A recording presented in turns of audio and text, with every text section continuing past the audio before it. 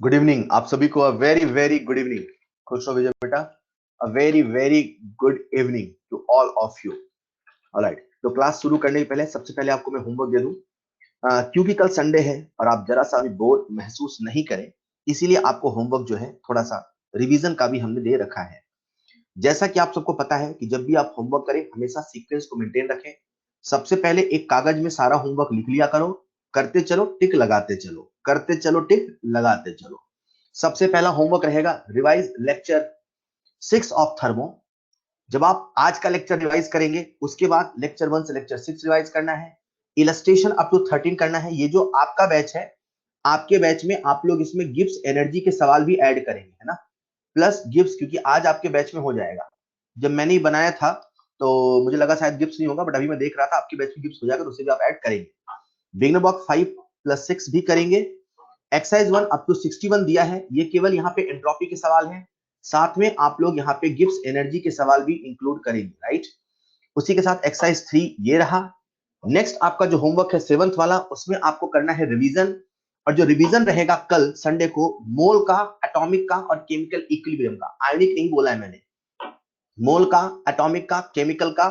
ये जो रिवीजन करना है आपको हैंडआउट से करना है, शॉर्ट नोट से नहीं करना। मैं क्लियर कट बता दूं, यहाँ लिखा भी है फ्रॉम हैंडआउट। आपको थ्योरी प्लस क्वेश्चन का रिवीजन करना है। फटाफट होना चाहिए, जल्दी जल्दी होना चाहिए, लेकिन होना हैंडआउट से चाहिए। थ्योरी प्लस क्वेश्चन दोनों होने चाहिए। जब आप क्वेश्चन सॉल्व करें तो आप वहां क्वेश्चन देखते चलो, लिखते चलो, देखते चलो, लिखते चलो, ठीक है। ये जो आपका होमवर्क दिया मैंने रिवीजन का, वो 2 आवर्स का है। उसके बाद फिर भी अगर समय बच जाता है, आपने सारे सब्जेक्ट के होमवर्क कर लिए, सबसे लास्ट में है ऑप्शनल है एनसीईआरटी। बच्चों, मैं आप सबको याद दिला दूं, हमारी फिजिकल केमिस्ट्री में एनसीईआरटी पढ़ने की कोई आवश्यकता नहीं। हमारी फिजिकल केमिस्ट्री में जितने सवाल आते हैं, एक भी सवाल ऐसा नहीं होगा कि आप बिना एनसीईआरटी के नहीं कर पाओ, ऐसा हो ही नहीं सकता। सारे सवाल आपको हमने जितना पढ़ाया है वो सारे के सारे आपसे बनेंगे। तो एनसीईआरटी बस इसलिए बोल देते हैं ना यार, कि वही है कि एक बच्चा भी अगर 720 नंबर के लायक है, एक बच्चा भी अगर 720 नंबर के लायक है, तो एक भी पॉइंट उसका नहीं छूटे, इसलिए बोल देते हैं। लेकिन मन में पता होता है कि NCERT is not necessary for physical chemistry at least. Clear. तो अगर कोई बच्चा नहीं पढ़ रहा ना, तो परेशान नहीं हुआ मैंने एनसीईआरटी नहीं पढ़ी, मैं कहीं नहीं रहा हूं। वो तो ये वाली बात है कि ये भी आपका सिलेबस है, एक बार पढ़ के रखो और आपकी आदत बनी रहेगी एनसीईआरटी पढ़ने की। हमारी फिजिकल केमिस्ट्री में कोई आवश्यकता नहीं है बच्चों, ठीक है। ये जो मैंने आपको होमवर्क दिया है, इस होमवर्क में कोशिश करें जो ये 1 to 4 है ना, ये आज के आज खत्म कर ले। और मैं मान के चल रहा हूं आपको बाकी सब्जेक्ट के भी होमवर्क है, और जो 5, 6, 7 बाकी सब है वो कल खत्म कर ले। अगर आप ऐसे मैनेज करते हो तो आसानी से होमवर्क होगा। अगर सारा का सारा होमवर्क कल करोगे तो फिर परेशान हो जाओगे, राइट। तो ये रहा आपका होमवर्क। लास्ट क्लास में हम लोग बात कर रहे थे एंट्रोपी पे। मुझे उम्मीद है आप लोगों ने एंट्रोपी के सारे फॉर्मूले कागज में लिखे होंगे, वो आपको याद भी होंगे। नहीं याद है तो हम करते हैं, हमने 1-2 सवाल कल कर लिए थे। अगला जो सवाल मैं आपको दे रहा हूं वो मैं सिखाऊंगा, ताकि आप सब मोमेंटम में आ जाओ, फिर अगले सवाल से आप सब करना। तो जो अगला सवाल मैंने सेलेक्ट किया थोड़ा अच्छा सवाल है। सवाल क्या है जरा सुनिएगा ध्यान से। If heat of vaporisation of liquid at constant pressure, heat of vaporization of liquid at constant pressure is 14 kilojoule पर ग्राम, है ना। हमें कोई लिक्विड है, मान लेते हैं वो जो लिक्विड है वो ए लिक्विड है। ए लिक्विड से बन रहा है ए गैस। सवाल में बोला है कांस्टेंट प्रेशर है और कांस्टेंट टेम्परेचर है। कांस्टेंट प्रेशर है, कांस्टेंट टेम्परेचर है, तो आप इसे बिल्कुल फेज ट्रांजिशन के जैसा मान सकते हो, इसमें इक्विलिब्रियम मान सकते हो। बच्चों, हमें इस सवाल का डेल्टा एच गिवन जरूर है, पर वो जो डेल्टा एच गिवन है वो दे रखा है 14 किलोजूल पर ग्राम। लेकिन सवाल में हमसे पूछा है एंट्रोपी, और वो जो एंट्रोपी पूछा है ना बच्चों, वो एंट्रोपी पूछा है जूल पर केल्विन पर मोल। अगर किसी बच्चे ने यूनिट पढ़ना सीख लिया ना, तो उससे आधे सवाल बनते हैं। आप लोग यूनिट को पढ़ा करो। सवाल हमसे जूल पर केल्विन पर मोल में डेल्टा एच पूछा, मतलब टेम्परेचर किस में लेके चलना है, केल्विन में। ये किस में लेके चलना है, मोल में। हमें दिए किस में है, पर ग्राम, मतलब 1 ग्राम का। तो इसको ऐसे फील करो, ए लिक्विड से ए गैस बन रहा है, मतलब इसके 1 ग्राम का हमें इंथैल्पी दे रखा है, लेकिन हमें 1 मोल का इंथैल्पी चाहिए। जब 1 मोल का इंथैल्पी निकालोगे तभी तो डेल्टा एच भी पर मोल आएगा। अब 1 मोल का कैसे निकाले, हम सभी जानते हैं 1 मोल का जो वेट होता है वो उसके मॉलिक्यूलर वेट के बराबर होता है। उस लिक्विड का जो मोलर मास है, मतलब एक मोल का जो मास है वो दे रखा है 80 ग्राम। मतलब आप क्या कहोगे, 1 ग्राम लिक्विड का डेल्टा एच दे रखा है 14 किलो जूल, यानी कि 80 ग्राम। सर आप 80 ग्राम क्यों निकाल रहे हो? क्योंकि बेटा मुझे 1 मोल का डेल्टा एच चाहिए और 1 मोल का जो वेट है वो 80 ग्राम है। सर हमें 1 मोल का डेल्टा एच क्यों चाहिए? क्योंकि सवाल हमसे पर मोल में पूछा है। तो 1 मोल यानी कि 80 ग्राम, 80 ग्राम का जो डेल्टा एच होगा बच्चों वो क्या होगा, 14 इंटू 80 किलो जूल, ये आ गया डेल्टा एच। लेकिन सवाल हमसे डेल्टा एच नहीं पूछा है, सवाल हमसे पूछा है डेल्टा एस। तो डेल्टा एस होता है delta H upon T for phase transition. आप यहाँ पे सारी वैल्यू को पुट करते हैं, 14 इंटू 80 किलो जूल है, टेम्परेचर 127 है, 127 प्लस 273, 2 3 1 4, मतलब कितना होता है 400। जब आप इसे सॉल्व करते हैं बच्चों तो आंसर आता है 2.8 किलो जूल, जो कि लगभग आता है 2800 जूल। मैं सही बताऊं, ये जो मैंने आपको सवाल बताया बिल्कुल बेसिक तरीके से फील करके बताया, यूनिट पढ़ने से बताया, लेकिन एक्चुअल में ऐसा नहीं है। सवाल में कुछ हिडन कंसेप्ट है। लेकिन वही है कि अगर आप यूनिट को पढ़ रहे हो, अगर आप यूनिट को फील कर रहे हो तो आपको कभी सवाल कठिन नहीं लगेगा, ये बताना चाहता हूं। हिडन कंसेप्ट क्या, जरा वो सुनिएगा। एक्चुअल में होता क्या है, जब आप डेल्टा एस को लिखते हैं तो डेल्टा एस का फॉर्मूला लिखते हैं delta H vaporisation by T. Basically fact ये है बच्चों, जब भी हम लोग डेल्टा एच लिखते हैं ना, तो डेल्टा एच हमेशा पर मोल में ही लिखा जाता है। डेल्टा एच को डिफाइन ही अपन पर मोल करते हैं। जब थर्मोकेमिस्ट्री आएगा तो आप देखिएगा, हम लोग वहां पे जितनी भी हीट है सबको पर मोल में ही डिफाइन करेंगे, राइट? तो हम लोग एक्चुअल में डेल्टा एच को डिफाइन ही पर मोल में करते हैं। अगर सवाल में यूनिट पर मोल में नहीं दिया होता ना, मतलब ऐसा होता, इमेजिन करो कि सवाल में डेल्टा एच पूछा है और यहां नहीं लिखा होता यूनिट, अगर यूनिट नहीं लिखा होता तब भी हमें कॉमन सेंस लगा के समझना पड़ता कि जो डेल्टा एच है वो हमें पर मोल में ही लिखना पड़ेगा। एक्चुअल में होता क्या है, जो ये पर ग्राम में दिया जाता है उसे हम लोग इंथैल्पी नहीं बोलते हैं, उसे हम लोग बोलते हैं लैटेंट हीट ऑफ वेपराइजेशन। जब एनर्जी या इंथैल्पी दी होती है पर ग्राम में तो उसे हम लोग बोलते हैं लैटेंट हीट ऑफ वेपोराइजेशन। ये जो लैटेंट हीट ऑफ वेपोराइजेशन होता है ये डिफाइंड पर ग्राम में होता है। जो लोग इन्हें बना रहे थे उन्होंने ऐसे ही बनाया, उन लोगों ने डेल्टा एच को पर मोल में ही बनाया, उन लोगों ने डेल्टा एच को पर मोल में बनाया और लैटेंट को पर ग्राम में डिफाइन किया। तो एक्चुअली जो तस्वीर है सवाल की कुछ ऐसी है। इस सवाल में हमें लैटेंट हीट ऑफ वेपोराइजेशन दे रखा है, लेकिन मैं सवाल की शुरुआत में आपसे ऐसे भारी भरकम शब्द बोलता तो आप परेशान हो जाते, लेकिन यूनिट की मदद से हमने कितनी आसानी से कर लिया, मैं ये बताना चाहता था। लेकिन इसकी वास्तविकता क्या है वो भी तो सुनो। हमें सवाल में एक्चुअली जो डाटा दे रखा है ना वो लैटेंट हीट ऑफ वेपोराइजेशन का दिया है, और हम जब भी डेल्टा एच निकालते हैं हमेशा डेल्टा एच लिखते हैं यानी कि पर मोल का लिखते हैं। तो आप यहां से एक रूल बना सकते हो, रूल ये बना सकते हो, अगर कभी सवाल में लैटेंट हीट दिया है और हमें दे रखा है, हमें निकालना है डेल्टा एच, तो आप latent heat into molecular weight करके डेल्टा एच की कैलकुलेशन कर सकते हो, वहां से डेल्टा एच निकाल सकते हो। मैंने इस सवाल के माध्यम से आपको दोनों तरह के लैंग्वेज से अवगत कराया और साथ में यह भी बताया कि बेटा फील्ड से तो हर सवाल हमेशा बनता है, यही साइंस का जादू होता है, बिना फॉर्मूले से आप कर पाओगे। क्लियर? आई होप ये सवाल आप सबको समझ में आया, जिसका आंसर है 2800 जूल। Is this clear? अगर आप सबको समझ में आया तो अगला सवाल आप सबके सामने स्क्रीन पर है, जिसका आंसर मुझे आप देने वाले हैं। आप सबके सामने बच्चों स्क्रीन पर है अगला सवाल। अगर आपको फॉर्मूले याद है, नहीं याद है तो कल वाले A4 साइज पेपर का इस्तेमाल करें। वो कल खाली छूट गया था, एक बच्चा मुझसे कह रहा था सर आपने खाली छुड़वा दिया, तो वो आज उसे भर भी लेंगे।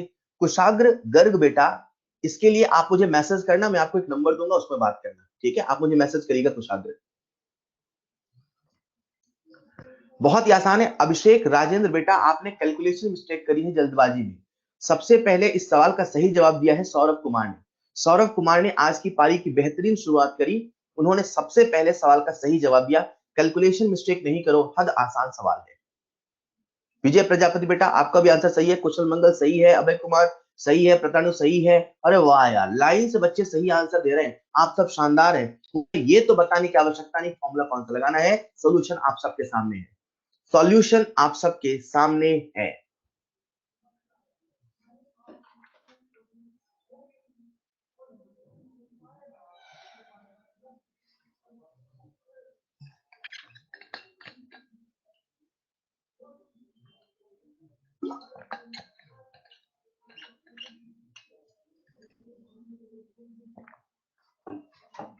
क्या कोई बच्चा ऐसा है जिसको मैं समझाऊं ये कैसे हुआ?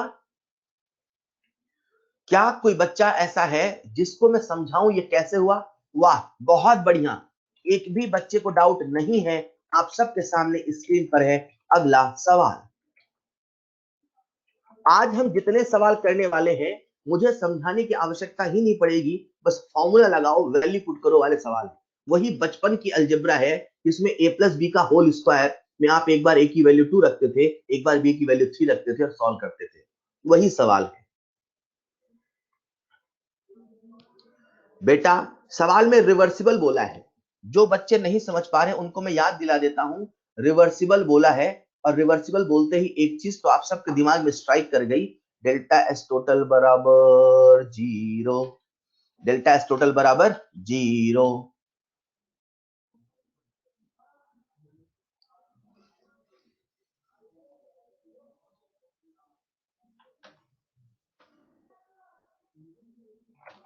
मुझे उम्मीद है सभी लोगों ने अटेम्प्ट कर लिया। And the correct answer is delta S total 0 and delta S surrounding -10 joule पर केल्विन।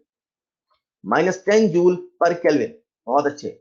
बहुत सारे बच्चों ने लाइन से सही जवाब दिया। मतलब आज तो वो वाला दिन है यार जब क्लास में सभी बच्चों से सारे सवाल बन रहे हैं। वाह, सभी बच्चों से सारे सवाल बन रहे हैं। वाह। अगर आप सब सीख गए हैं तो आप सबके सामने स्क्रीन पर है अगला सवाल।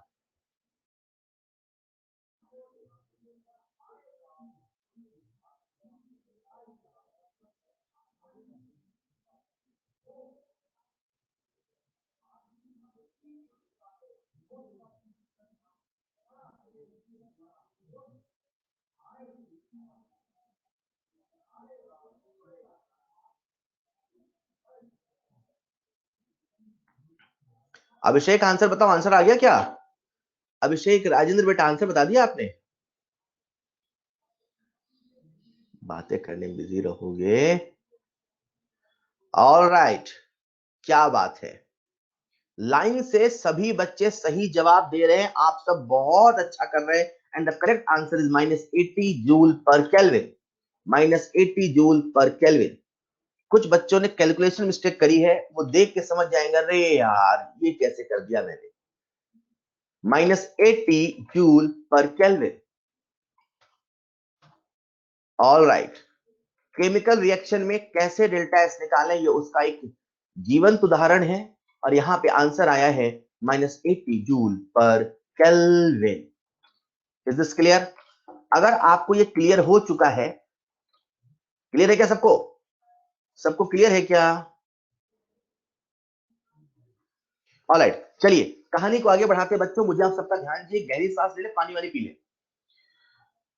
एक्चुअल में हुआ क्या, हम एक सवाल की खोज में चले थे और सवाल था आखिर कुछ क्यों होता है, राइट? तो पता चला दुनिया में जो भी प्रोसेस अपने आप हो रहा था, या तो एनर्जी कम हो रही थी या रेंडमनेस बढ़ रही थी। हमने इसी चीज को समझने के लिए डेल्टा एस टोटल को बना डाला, सेकंड लॉ ऑफ थर्मोडायनेमिक्स को बना डाला, जहां हम कहते थे यूनिवर्स की एंट्रोपी लगातार बढ़ रही है। अभी जब हमने स्पॉन्टेनिटी को खोज किया या स्पॉन्टेनिटी खोज करी, तो अपने सामने स्पॉन्टेनिटी खोजने का जवाब आ चुका है डेल्टा एस टोटल। कोई प्रोसेस स्पॉन्टेनियस होगा कि नहीं होगा ये बताने का जवाब हमारे पास है। बस समस्या इतनी है कि जो ये डेल्टा एस टोटल है, ये डेल्टा एस सिस्टम और डेल्टा एस सराउंडिंग का समेशन है। डेल्टा एस सिस्टम को निकालना तो आसान है और डेल्टा एस सराउंडिंग को निकालना आसान नहीं है। क्योंकि डेल्टा एस सराउंडिंग का कैलकुलेशन आसान नहीं था। डेल्टा एस टोटल के रूप में बातें करना स्पॉन्टेनिटी का आसान नहीं था। इसीलिए हमने एक नया टर्म बना डाला जिसका नाम रखा गिब्स एनर्जी। मैं सबसे पहले गिब्स एनर्जी का आपको फील दूंगा और फिर कैसे इसके मैथमेटिकल कंसेप्ट है उस पर बात करेंगे। आप सबका पूरा ध्यान दीजिए बच्चों। मैं आप सबसे एक छोटा सा पहेली वाला सवाल पूछता हूं, देखते हैं कौन मुझे सही आंसर देता है। मान लेते हैं हमारे पास एक कंटेनर है। मान लेते हैं हमारे पास एक कंटेनर है और मान लेते हैं इसमें भरा हुआ है पानी। इस कंटेनर में हमने लगा दिए 2 इलेक्ट्रोड। ये जो इलेक्ट्रोड है बिल्कुल इनर्ट है, किसी प्रकार की कोई रिएक्शन नहीं है। और इन दोनों इलेक्ट्रोड से हमने जोड़ दिया बैटरी। बैटरी का नेगेटिव टर्मिनल ये हो गया कैथोड, पॉजिटिव ये हो गया एनोड। यहां भरा है पानी, पानी का हो रहा है इलेक्ट्रोलाइसिस। इलेक्ट्रोलाइसिस से कैथोड पे आती है H2 गैस, यहां पे आती है O2 गैस। हमने इस सिस्टम में कुछ ऐसा अरेंजमेंट किया कि जैसे ही गैसेस बनती थी बच्चों, जैसे ही गैसेस बनती थी, तो हमने ऐसा अरेंजमेंट किया, ऐसा पिस्टन का रूप का एक कंटेनर बनाया कि जैसे ही गैसेस बनती थी, इन गैसेस के बनने से यहां पे एक्सपांशन होता था। क्या होता था? एक्सपांशन होता था। एक्सपांशन क्यों हुआ? सर क्योंकि गैस बनी। कौन सी गैस बनी? सर हाइड्रोजन ऑक्सीजन बनी। गैस क्यों बनी? क्योंकि वाटर का इलेक्ट्रोलाइसिस हुआ। वाटर का इलेक्ट्रोलाइसिस क्यों हुआ? सर क्योंकि बैटरी ने वर्क किया। सबसे पहले वर्क किसने किया? सर बैटरी ने किया। जो बैटरी का वर्क है बच्चों, वही यहां पर इलेक्ट्रिकल वर्क है। हाँ है। जो बैटरी का वर्क है वही यहाँ पे इलेक्ट्रिकल वर्क है, वही यहाँ पे नॉन पीवी वर्क है। पल भर के लिए मान लेते हैं वही 10 जूल है। पल भर के लिए मान लेते हैं वही 10 जूल है। मतलब बैटरी ने, इमेजिन करो, 10 जूल का वर्क किया। मैं आपसे एक सवाल पूछ रहा हूं, बैटरी ने 10 जूल का वर्क किया, सराउंडिंग में एक भी परसेंट एनर्जी का लॉस नहीं हुआ। मतलब अगर बैटरी ने 10 जूल का वर्क किया तो 10 का 10 जूल सिस्टम में यूज हो गया, एक भी लॉस नहीं हुआ। तो बच्चों मैं आपसे सवाल पूछ रहा हूं कि क्या यहाँ पे जो एक्सपांशन और कंप्रेशन वर्क है, जो एक्सपांशन वर्क है, क्या वो यहाँ पे 10 जूल होगा अगर एक भी लॉस नहीं हुआ? बैटरी ने 10 जूल का वर्क किया, एक भी लॉस नहीं हुआ, तो क्या जो एक्सपांशन वर्क है वो 10 जूल का होगा? मैं आपसे पूछ रहा हूं, क्या जो एक्सपांशन वर्क है वो 10 जूल का होगा? मैं आपसे पूछ रहा हूं। बोलो बच्चों। मुझे बहुत सारे बच्चे कहते हैं, जैसा कि आप सब कह रहे हैं, जी हाँ सर, अगर एक भी लॉस नहीं हुआ, अगर एक भी लॉस नहीं हुआ, तो जितना का आपने इनपुट दिया उतने का ही आउटपुट मिलेगा। थर्मोडायनेमिक्स कहता है ये इम्पॉसिबल है। थर्मोडायनेमिक्स कहता है ये इम्पॉसिबल है। थर्मोडायनेमिक्स कहता है जितना इनपुट दोगे उतना आउटपुट नहीं मिलेगा। थर्मोडायनेमिक्स कहता है 100% एफिशिएंसी नहीं मिलेगा। थर्मोडायनेमिक्स कहता है जितना पेट्रोल डलाओगे उतने गाड़ी नहीं चलेगा। थर्मोडायनेमिक्स कहता है 10 घंटे पढ़ोगे तो 10 घंटे की सबकी पढ़ाई नहीं होगी। थर्मोडायनेमिक्स कहता है जितना इनपुट दोगे उतना आउटपुट नहीं मिलने वाला है। हमने थर्मो से पूछ लिया आखिर ऐसा क्यों? क्यों 10 जूल का इनपुट दिया तो 10 जूल का आउटपुट नहीं मिलेगा? थर्मो कहता है बड़ी सरल सी बात है। एक्सपांशन क्यों हुआ? मैंने कहा क्योंकि गैस आई। गैस क्यों आई? मैंने कहा क्योंकि इलेक्ट्रोलाइसिस हुआ। इलेक्ट्रोलाइसिस क्यों हुआ? क्योंकि बैटरी ने वर्क किया। थर्मो ने कहा गलत, इलेक्ट्रोलाइसिस इसलिए हुआ, बैटरी ने वर्क करके इलेक्ट्रोलाइसिस नहीं किया। बैटरी ने वर्क किया तो सच में पानी के मॉलिक्यूल को डिसोसिएट किया। मैंने कहा बात तो सही है, ना तो पानी का मॉलिक्यूल टूटा होता, ना तो हाइड्रोजन और ऑक्सीजन गैस आया होता, ना तो गैस आया होता, ना तो एक्सपांशन हुआ होता, ना तो वर्क हुआ होता। बोलो हाँ या ना? आखिर एक्सपांशन क्यों हुआ? सर क्योंकि वाटर के मॉलिक्यूल का डिसोसिएट हुआ। मतलब अगर हम 10 जूल एनर्जी दे रहे हैं तो 10 जूल में से पल भर के लिए मान लो कि जो 1 जूल एनर्जी है वो वाटर के डिसोसिएशन में खर्च हो गई। पल भर के लिए मान लो कि जो 1 जूल एनर्जी है वो वाटर के डिसोसिएशन में खर्च हो गई, तो हमें जो एक्सपांशन वर्क मिलेगा वो 9 जूल मिलेगा। 10 जूल तो कभी नहीं मिलने वाला है। थर्मोडायनेमिक्स ने इसी चीज को ऐसे कहा, जब भी कभी कोई प्रोसेस होता है तो एनर्जी का एक हिस्सा उसे कराने में खर्च होता है। अगर वो हिस्सा खर्च नहीं होता तो पूरा प्रोसेस भी नहीं होता। 9 जूल इसलिए है क्योंकि 1 जूल खर्च हुआ। यह शुरुआत का 1 जूल खर्च नहीं हुआ होता तो बाद का 9 जूल भी नहीं मिला होता। हमें 9 जूल इसलिए मिलता है क्योंकि शुरू का 1 जूल खर्च होता है। जितना गाड़ी में पेट्रोल डलाओगे उतने का गाड़ी नहीं चलेगी, क्योंकि पेट्रोल का शुरुआत का कुछ हिस्सा उसे कंबस्ट करने में, टेम्परेचर को मेंटेन करने में खर्च होता है। वो नहीं होता तो वो पूरा का पूरा प्रोसेस भी नहीं होता। थर्मोडायनेमिक्स कहता है जब कभी कोई प्रोसेस होता है तो प्रोसेस जब होता है उसके होने में एक एनर्जी ऐसा होता है जो उसके होने के पीछे की वजह होता है।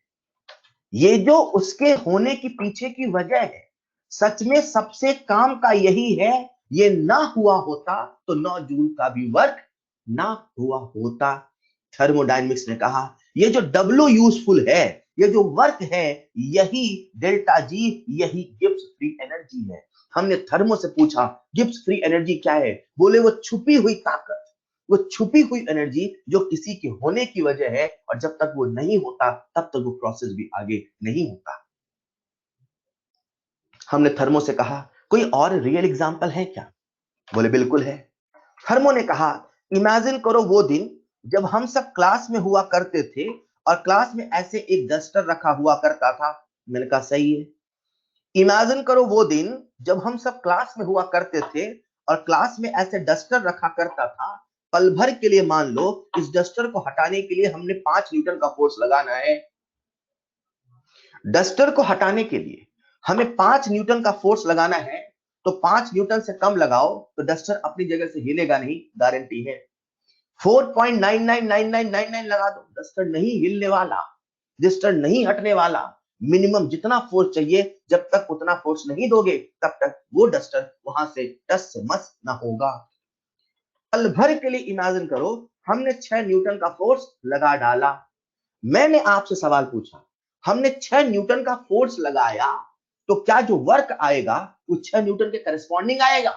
नहीं आएगा, क्योंकि अगर 6 न्यूटन का फोर्स लगाया तो 6 न्यूटन में से कुछ फोर्स तो उसके फ्रिक्शन के अगेंस्ट खर्च हो गया, उसे उठाने में खर्च हो गया। वो खर्च ना होता तो डस्टर में डिस्प्लेसमेंट भी ना होता।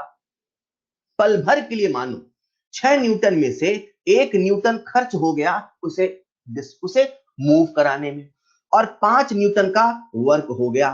बेटा 5 न्यूटन का वर्क इसीलिए हुआ क्योंकि 1 न्यूटन शुरू में खर्च हुआ। ये 1 न्यूटन शुरू में खर्च ना होता तो आगे 5 न्यूटन का वर्क भी ना होता। ये 1 जूल खर्च ना होता तो आगे 9 जूल भी मिला नहीं होता। थर्मोडायनेमिक्स कहता है जब कभी कोई प्रोसेस होता है तो वो इसीलिए होता है क्योंकि उसे कराने में एक एनर्जी खर्च होता है। ये जो हिडन एनर्जी है, ये जो छुपी हुई ताकत है, ये जो किसी के होने की वजह है, यही गिब्स फ्री एनर्जी, यही डेल्टा जी है।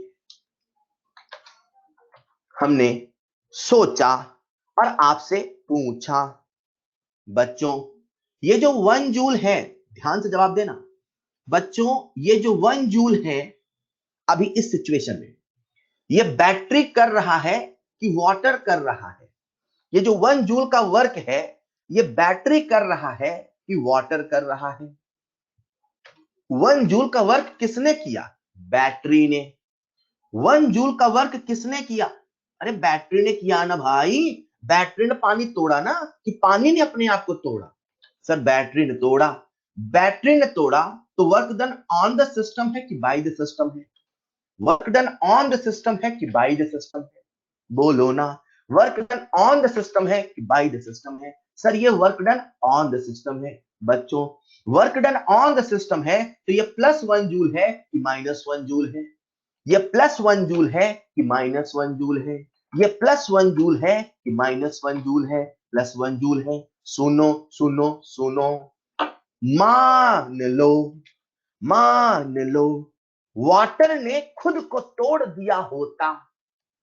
अच्छा, मान लो वाटर ने खुद को तोड़ दिया होता, 1 जूल का वर्क पानी ने खुद ही कर लिया होता, work done on the system नहीं बाय द सिस्टम हुआ होता, उस केस में -1 जूल हुआ होता। अगर पानी ने खुद को तोड़ लिया होता तो बैटरी लगाने की आवश्यकता नहीं पड़ती, खुद ब खुद H2O2 बन के अपने आप पिस्टन उड़ गया होता।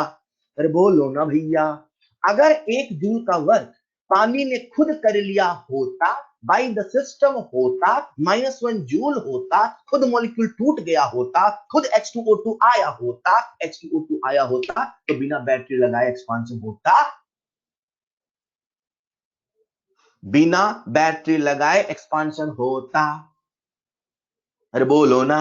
अगर पानी ने खुद ही को तोड़ लिया होता, ये 1 जूल प्लस न हो के माइनस होता, तो क्या क्या ये प्रोसेस अपने आप होता?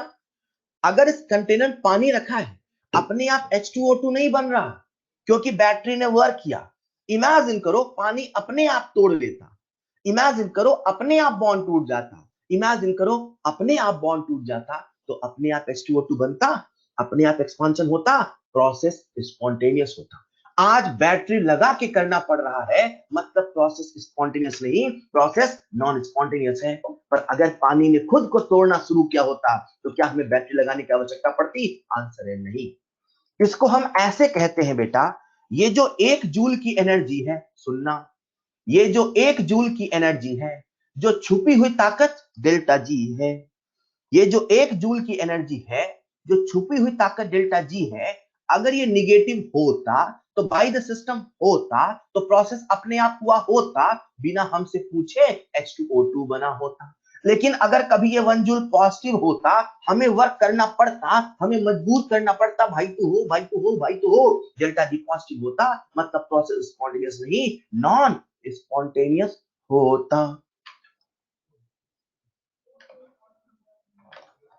हेलो, हमने डेल्टा जी को फील किया, हमने डेल्टा जी निगेटिव का मतलब क्या है को फील किया, डेल्टा जी पॉजिटिव का मतलब है को फील किया, और यहां से कंक्लूजन डिराइव किया। लो, स्पॉन्टेनिटी का एक नया पैमाना है। डेल्टा एस टोटल तो था ही सही, किसी भी जगह एक छुपी हुई एनर्जी होती है, ये एनर्जी अगर निगेटिव होगी तो प्रोसेस स्पॉन्टेनियस होगा, ये एनर्जी अगर पॉजिटिव होगी तो प्रोसेस नॉन स्पॉन्टेनियस होगा।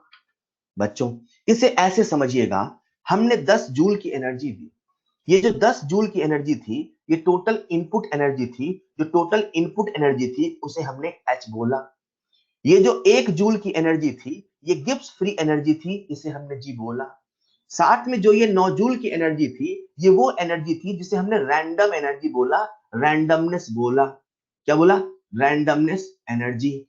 बच्चों सुनिएगा, H टोटल एनर्जी, उसका एक हिस्सा खर्च हो गया उसे कराने में, उसमें से कुछ एनर्जी बच गई एक्सपांशन पीवी कराने में। थर्मोडायनेमिक्स कहता है, थर्मोडायनेमिक्स कहता है जितना एनर्जी आप देते हो या टोटल जितना इनपुट एनर्जी है, उसका कुछ हिस्सा खर्च होता है, और जो रिमेनिंग हिस्सा है, जो रिमेनिंग एनर्जी है, उसी से रैंडमनेस बढ़ रही है। मतलब ये जो 9 है वो क्या है? Randomness energy. जैसे अपन ने रैंडमनेस बोला, हम समझ गए आगे से एंट्रोपी से रिलेट करो, एंट्रोपी से रिलेट करो, मन में तुरंत फॉर्मूला आया, डेल्टा एस बराबर Q/AT। पल भर के लिए हम ऐसा कह सकते हैं, क्योंकि H और G लेके चल रहे हैं, तो इसे हम यहाँ पे चेंज एंट्रोपी नहीं एंट्रोपी बोल देते हैं, मतलब रैंडमनेस एनर्जी। S बराबर Q/T, इसमें एनर्जी कौन है? Q, तो Q बराबर क्या होगा? T into S. तो हमने कह दिया सर ये जो 9 है वही T इंटू एस है। अपने सामने एक रिलेशन बन गया, क्या? H बराबर G प्लस TS। यहां से एक रिलेशन बन गया, क्या? G बराबर H माइनस TS। बच्चों एक मजे की बात है, ये जो हमारे सामने रिलेशन आया G बराबर H माइनस TS, इसमें इंटरेस्टिंग ये है, हम H को कैलकुलेट नहीं कर सकते, बातें हो रही इतना दिया, हम S को कैलकुलेट नहीं कर सकते। What we can calculate is delta H, what we can calculate is delta S। इसीलिए बच्चों ये जो हमारा फॉर्मूला है, डेल्टा G बराबर delta H minus T delta S में कन्वर्ट हो जाता है। हाँ, जैसे ही मैं फॉर्मूला लिखता हूं तो आप मुझसे बोल सकते हो सर क्या टेम्परेचर कांस्टेंट है? क्योंकि डेल्टा S बराबर Q/T तो तब होता है जब टेम्परेचर कांस्टेंट होता है। बच्चों मैं आपको बता दूं, हम जिस डेल्टा जी की बात कर रहे हैं, वो डेल्टा जी कांस्टेंट टेम्परेचर और कांस्टेंट प्रेशर पर ही डिफाइन है। हम जिस डेल्टा जी की बात कर रहे हैं, वो डेल्टा जी कांस्टेंट टेम्परेचर और कांस्टेंट प्रेशर पर ही डिफाइन है। सर ये डेल्टा जी है क्या?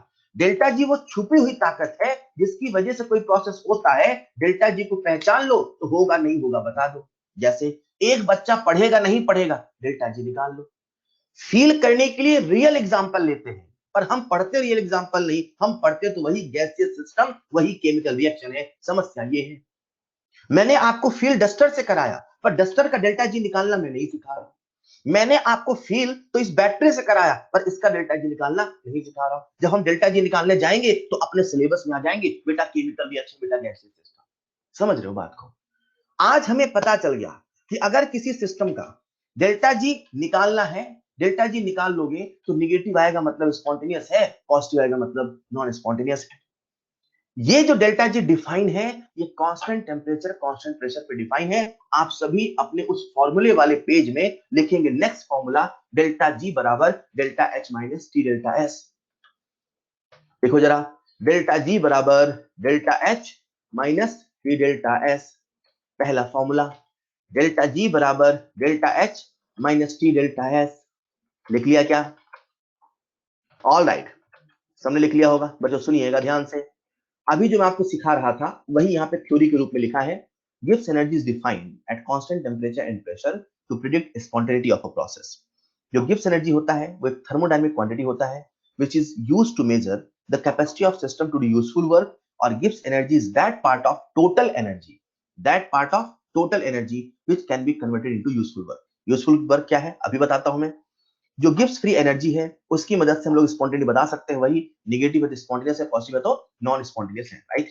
जैसा मैंने आपसे कहा, जो गिब्स फ्री एनर्जी है हम लोग जी नहीं कैलकुलेट कर सकते, absolute value of G can not be calculated, but yes delta G can be calculated, right.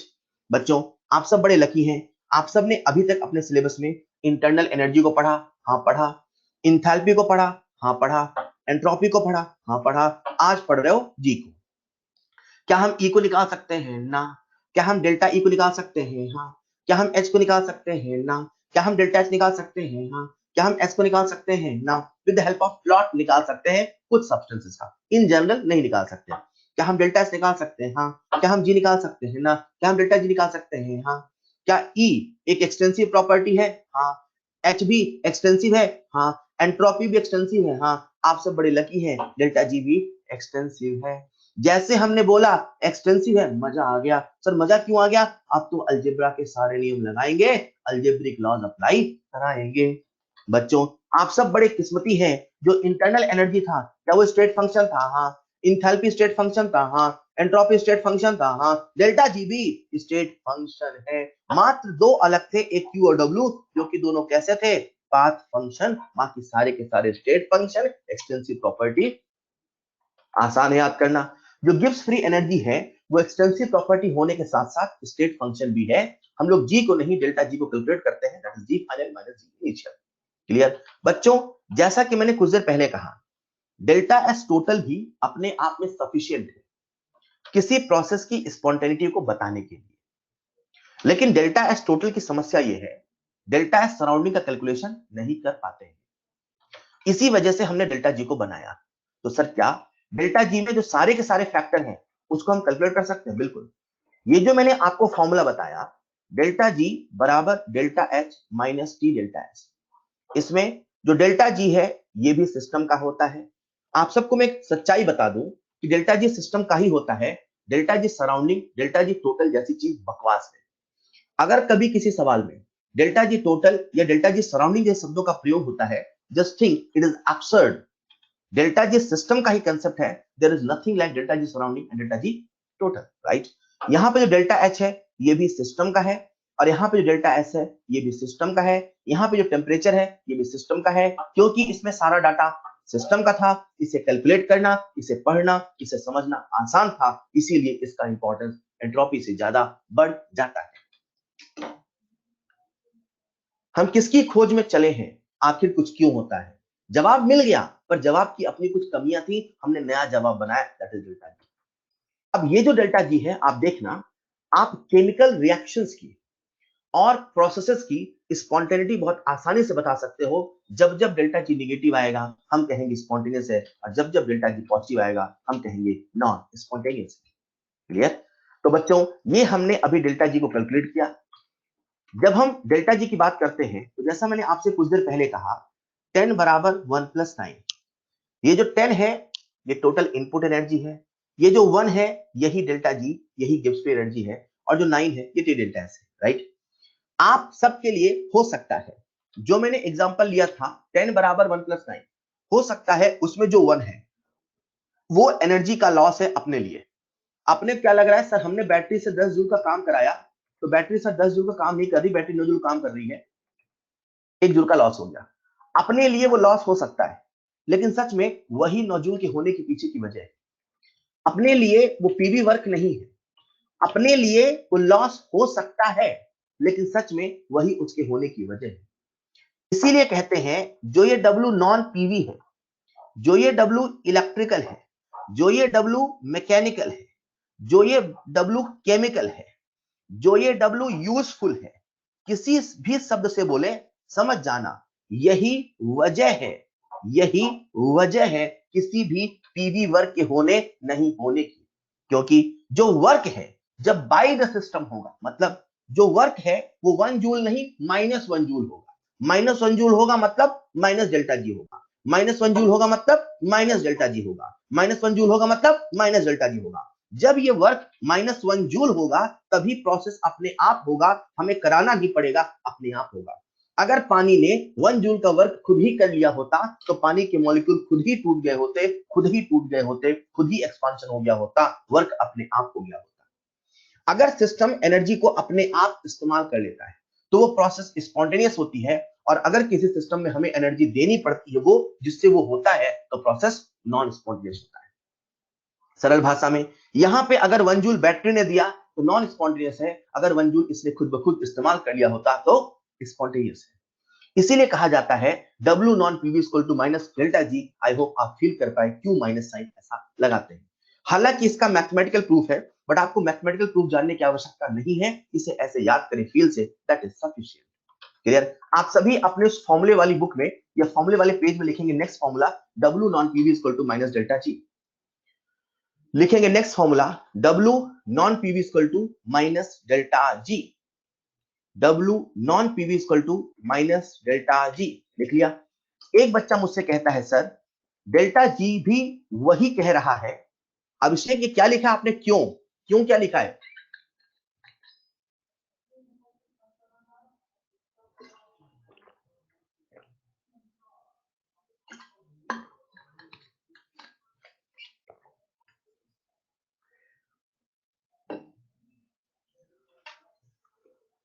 Alright, क्यों लिख के बस गायब हो गए सर, वो क्यों सर, वो हम क्या पूछ रहे थे उसका आंसर दिया था। रताणु बेटा मैंने 155 बार पहले बता दिया नॉन पीवी का मतलब क्या है। एक बच्चा मुझसे पूछ रहा है सर नॉन पीवी का मतलब क्या है, नॉन पीवी का मतलब क्या है, 155 बार बता दिया नॉन पीवी का। नॉन पीवी पीवी नहीं है सर, पीवी क्या है, एक्सपांशन कंप्रेशन, तो एक्सपांशन कंप्रेशन के अलावा जो वर्क है वो नॉन पीवी। अशरफ बेटा this is the most amazing explanation of delta G, जहां आप फील करते हो, वरना अभी तक आप रटते हो कि डेल्टा जी नेगेटिव क्यों होता है, डेल्टा जी पॉजिटिव क्यों होता है। मैंने आपको फील करके बताया आखिर नेगेटिव का इंपॉर्टेंस क्या है। जब 1 जूल सिस्टम खुद ही कर दे, जब 1 जूल सिस्टम खुद ही कर दे तो स्पॉन्टेनियस है, अगर हमें करना पड़ा तो नॉन स्पॉन्टेनियस है। ठीक है, चलिए ऑलराइट। तो बच्चों हमने कहा कि जो डेल्टा जी है उसकी भी जुबान वही है जो डेल्टा एस टोटल की है। सर डेल्टा एस टोटल की जुबान क्या है? डेल्टा एस टोटल हमें स्पॉन्टेनिटी को बताता है और डेल्टा जी वो भी स्पॉन्टेनिटी को बताता है। मगर अगर कोई आपसे पूछे कि स्पॉन्टेनिटी बताने के कितने तरीके हैं तो आप कहोगे दो, एक है डेल्टा एस टोटल और दूसरा है डेल्टा जी। डेल्टा एस टोटल से भी स्पॉन्टेनिटी पता चलती है, डेल्टा जी से भी स्पॉन्टेनिटी पता चलती है, बस फर्क इतना है डेल्टा एस टोटल को मेजर करना आसान होता है लेकिन डेल्टा जी को मेजर करना आसान होता है। सॉरी, डेल्टा एस टोटल को मेजर करना डिफिकल्ट होता है लेकिन डेल्टा जी को मेजर करना आसान होता है। डेल्टा जी को मेजर करना आसान क्यों है? क्योंकि उसमें सारा डाटा सिस्टम का है। सिस्टम को पढ़ना आसान है obviously, that part of the universe which is under analysis is system. System को आप पढ़ सकते हो इजीली, सराउंडिंग का दायरा बहुत बड़ा हो सकता है, सराउंडिंग को पढ़ना मुश्किल हो सकता है। क्लियर। तो बच्चे ने कहा सर अगर डेल्टा जी की भी वही जुबान है जो डेल्टा एस टोटल की है तो दोनों का आपस में रिलेशन होना चाहिए। मैंने कहा बिल्कुल रिलेशन होता है। क्या रिलेशन होता है? डेल्टा जी सिस्टम बराबर minus T delta S total होता है। डेल्टा जी सिस्टम बराबर minus T delta S total होता है। सर ये कैसे होता है? मैंने आपके सामने डेरिवेशन लिखा है, थोड़ा सा हिंट दे देता हूं, इसे समझ लेना आराम से बाद में। डेल्टा एस टोटल बराबर delta S system plus delta S surrounding. हमें जो चीज परेशान कर रही है डेल्टा एस टोटल में, वो है डेल्टा एस सराउंडिंग। सर वो हमें परेशान क्यों कर रहा? क्योंकि उसका मेजरमेंट आसान है। सर उसका मेजरमेंट सॉरी डिफिकल्ट है। उसका मेजरमेंट डिफिकल्ट क्यों है? क्योंकि उसका दायरा बहुत बड़ा है। याद करो सराउंडिंग क्या था? Everything except system is surrounding. तो सराउंडिंग बहुत बड़ा हो सकता है, राइट? हमें सराउंडिंग को हटाना है। तो अपन ने क्या कहा यार, क्यू सिस्टम बराबर माइनस क्यू सराउंडिंग। वही वाली बात है, सिस्टम को हीट आई मतलब सराउंडिंग से गई, सराउंडिंग में हीट गई मतलब सिस्टम का लॉस। सराउंडिंग का फायदा तो सिस्टम का लॉस, सराउंडिंग का लॉस तो सिस्टम का फायदा। तो क्यू सिस्टम बराबर माइनस क्यू सराउंडिंग, तो डेल्टा एस सिस्टम बराबर माइनस डेल्टा सराउंडिंग, राइट? तो डेल्टा एस टोटल क्या है? Delta S system plus delta surrounding. तो डेल्टा एच सराउंडिंग को कांस्टेंट प्रेशर और कांस्टेंट टेम्परेचर की बात हो रही है, हम लोग क्या लिख सकते हैं? Minus delta H system by T. Sir ये कैसे लिख दिया? डेल्टा एस होता है क्यूपी बाई टी, क्यू किसकी? सराउंडिंग की, तो माइनस क्यू सराउंडिंग मतलब माइनस डेल्टा एस सराउंडिंग मतलब डेल्टा एस सिस्टम, राइट? तो क्या लिख दिया बच्चों अपन ने? Delta S system is equal to sorry delta S total is equal to delta S system minus delta S system by T. इसे सिंप्लीफाई किया तो अपने सामने रिलेशन आ गया, delta G system minus delta S total. खैर अपने को तो रिलेशन याद रखना है, आप सभी अपनी कॉपी में लिखेंगे next formula, delta G system बराबर minus T delta S total. Delta G system बराबर minus T delta S total. Sir ये फॉर्मूला क्या है? इस फॉर्मूले की मदद से हम लोगों ने डेल्टा एस टोटल और डेल्टा जी में रिलेशन निकाला। सर इन दोनों में रिलेशन क्यों निकाला? क्योंकि दोनों एक ही चीज को समझा रहे हैं, कब कोई प्रोसेस स्पॉन्टेनियस होता है नहीं होता है, बस समझाने का तरीका अलग है। दोनों की जुबान एक ही है। डेल्टा एस टोटल भी स्पॉन्टेनिटी को बता रहा है, डेल्टा जी भी स्पॉन्टेनिटी को बता रहा है, दोनों की जुबान एक है, इसलिए हमने दोनों में रिलेशन निकाल लिया। देखते हैं दोनों कैसे एक काम कह रहे हैं। बच्चों देखिएगा, जैसे ही हमने कहा डेल्टा एस टोटल पॉजिटिव, तो अपने सामने रिलेशन आ चुका है। रिलेशन क्या आ चुका है? डेल्टा जी बराबर minus T delta S total, right? अगर कभी किसी प्रोसेस में डेल्टा एस टोटल पॉजिटिव होता है, तो डेल्टा एस टोटल पॉजिटिव का मतलब स्पॉन्टेनियस की नॉन स्पॉन्टेनियस? स्पॉन्टेनियस। अगर डेल्टा एस टोटल पॉजिटिव है, यानी कि डेल्टा जी कैसा होगा? निगेटिव। ये पॉजिटिव है तो कैसा होगा? निगेटिव। अब मैं आपसे पूछ रहा हूं, डेल्टा जी निगेटिव होने का मतलब क्या होता है? Spontaneous, right? Delta S total positive यानी कि डेल्टा जी निगेटिव यानी कि स्पॉन्टेनियस, यानी कि दोनों की भाषा एक ही है, बस लैंग्वेज अलग है। एक पॉजिटिव होकर स्पॉन्टेनिटी को बताता है, एक निगेटिव होकर स्पॉन्टेनिटी को बताता है। ठीक उसी प्रकार से हमने कहा अगर ये स्पॉन्टेनिटी को बता रहा तो नॉन स्पॉन्टेनियस में भी सेम होगा, बिल्कुल सेम रहा। अगर कभी डेल्टा एस टोटल निगेटिव है, यानी कि डेल्टा जी सिस्टम पॉजिटिव है, निगेटिव निगेटिव पॉजिटिव।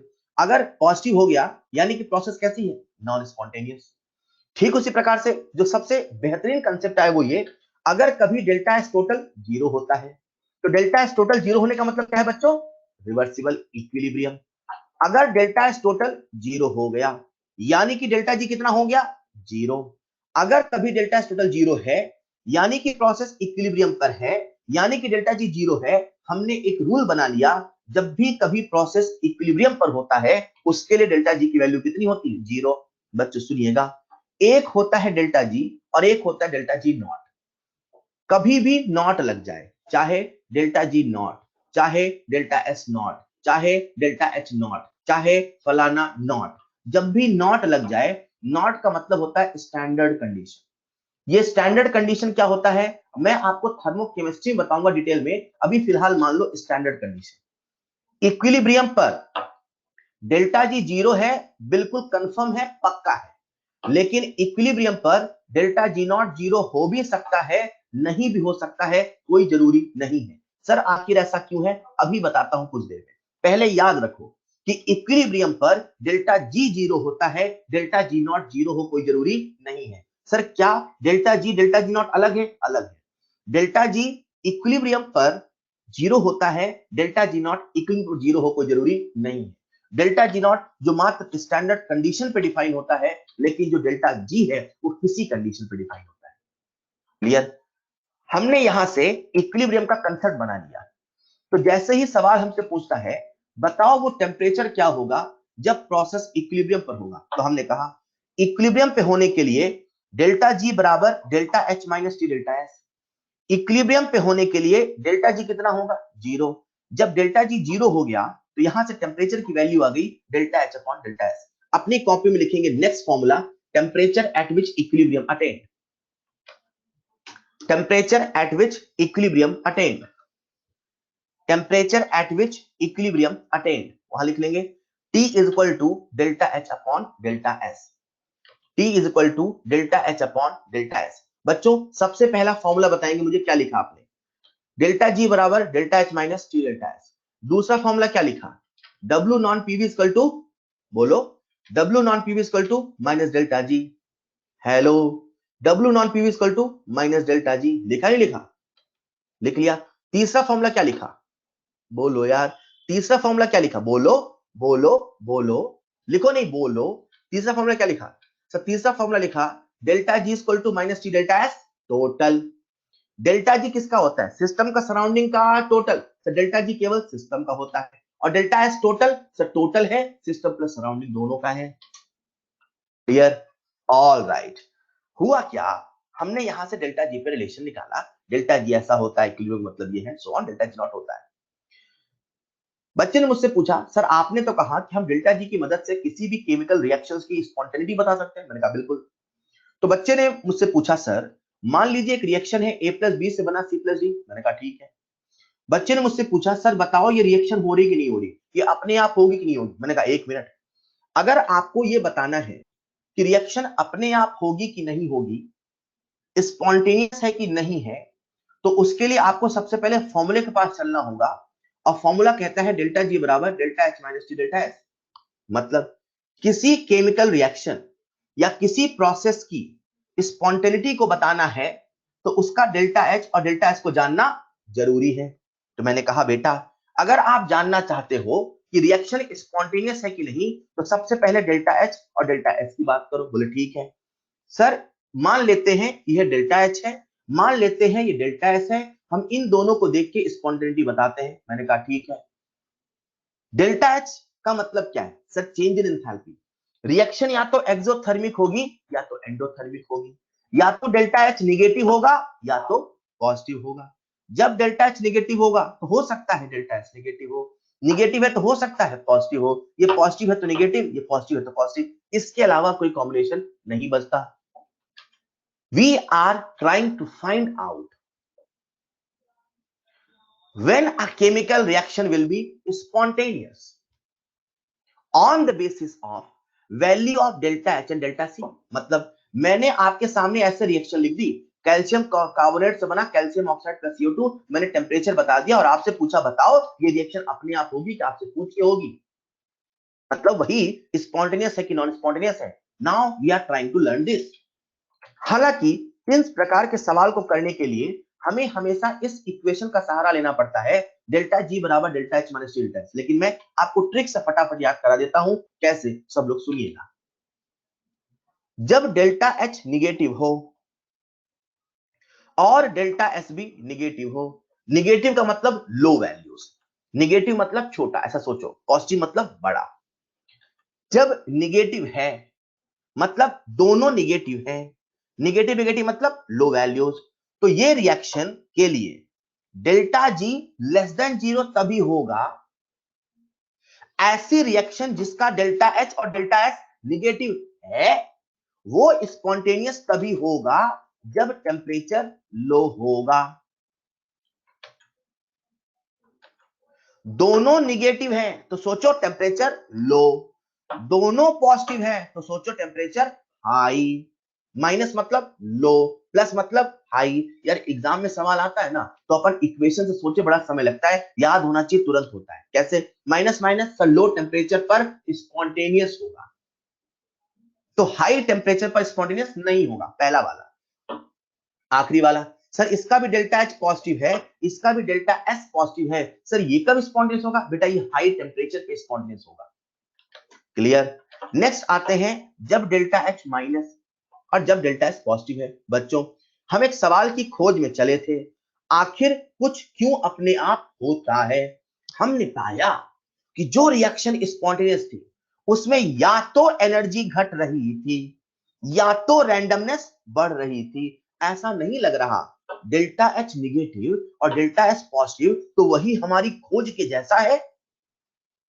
अरे या तो एनर्जी घट रही थी या तो एंट्रोपी बढ़ रही थी। यहां पे तो दोनों है, मतलब सोने पे सुहागा है। मतलब सर ये कंडीशन वो है जब रिएक्शन हमेशा ही स्पॉन्टेनियस होगा। कुछ भी टेम्परेचर कर दो सर, रिएक्शन अपने आप होगी, आपसे पूछेगे नहीं। कोई भी टेम्परेचर ले लो, हाई ले लो, लो ले लो, फटाफट। मतलब ये जो रिएक्शन है इसमें delta G always negative. Hello, लेकिन मान लो डेल्टा एच पॉजिटिव और डेल्टा एच निगेटिव। सुनो, हम दुनिया की शेयर करके समझ पाए कि जब कभी कोई रिएक्शन स्पॉन्टेनियस होता है तो स्पॉन्टेनियस तभी होता है, जब स्पॉन्टेनियस होता है तो तभी होता है या तो एनर्जी घटती है या तो रैंडमनेस बढ़ती, या तो घटती है यहां तो बढ़ रही है, या तो रैंडमनेस बढ़ती है यहां तो घट रही है। पहले वाले में दोनों वैसा हुआ जैसा होना चाहिए और दूसरे वाले में दोनों उल्टा हुआ। अरे कम से कम एनर्जी तो घटे, एनर्जी ना घटे तो रैंडमनेस तो बढ़े। यहाँ तो ना एनर्जी घट रही है ना रैंडमनेस बढ़ रही है। अरे ये वो कंडीशन है, ये वो कंडीशन है जब कभी स्पॉन्टेनियस नहीं होगा, मतलब ये रिएक्शन हमेशा ही नॉन स्पॉन्टेनियस होगा। ये रिएक्शन हमेशा ही नॉन स्पॉन्टेनियस होगा।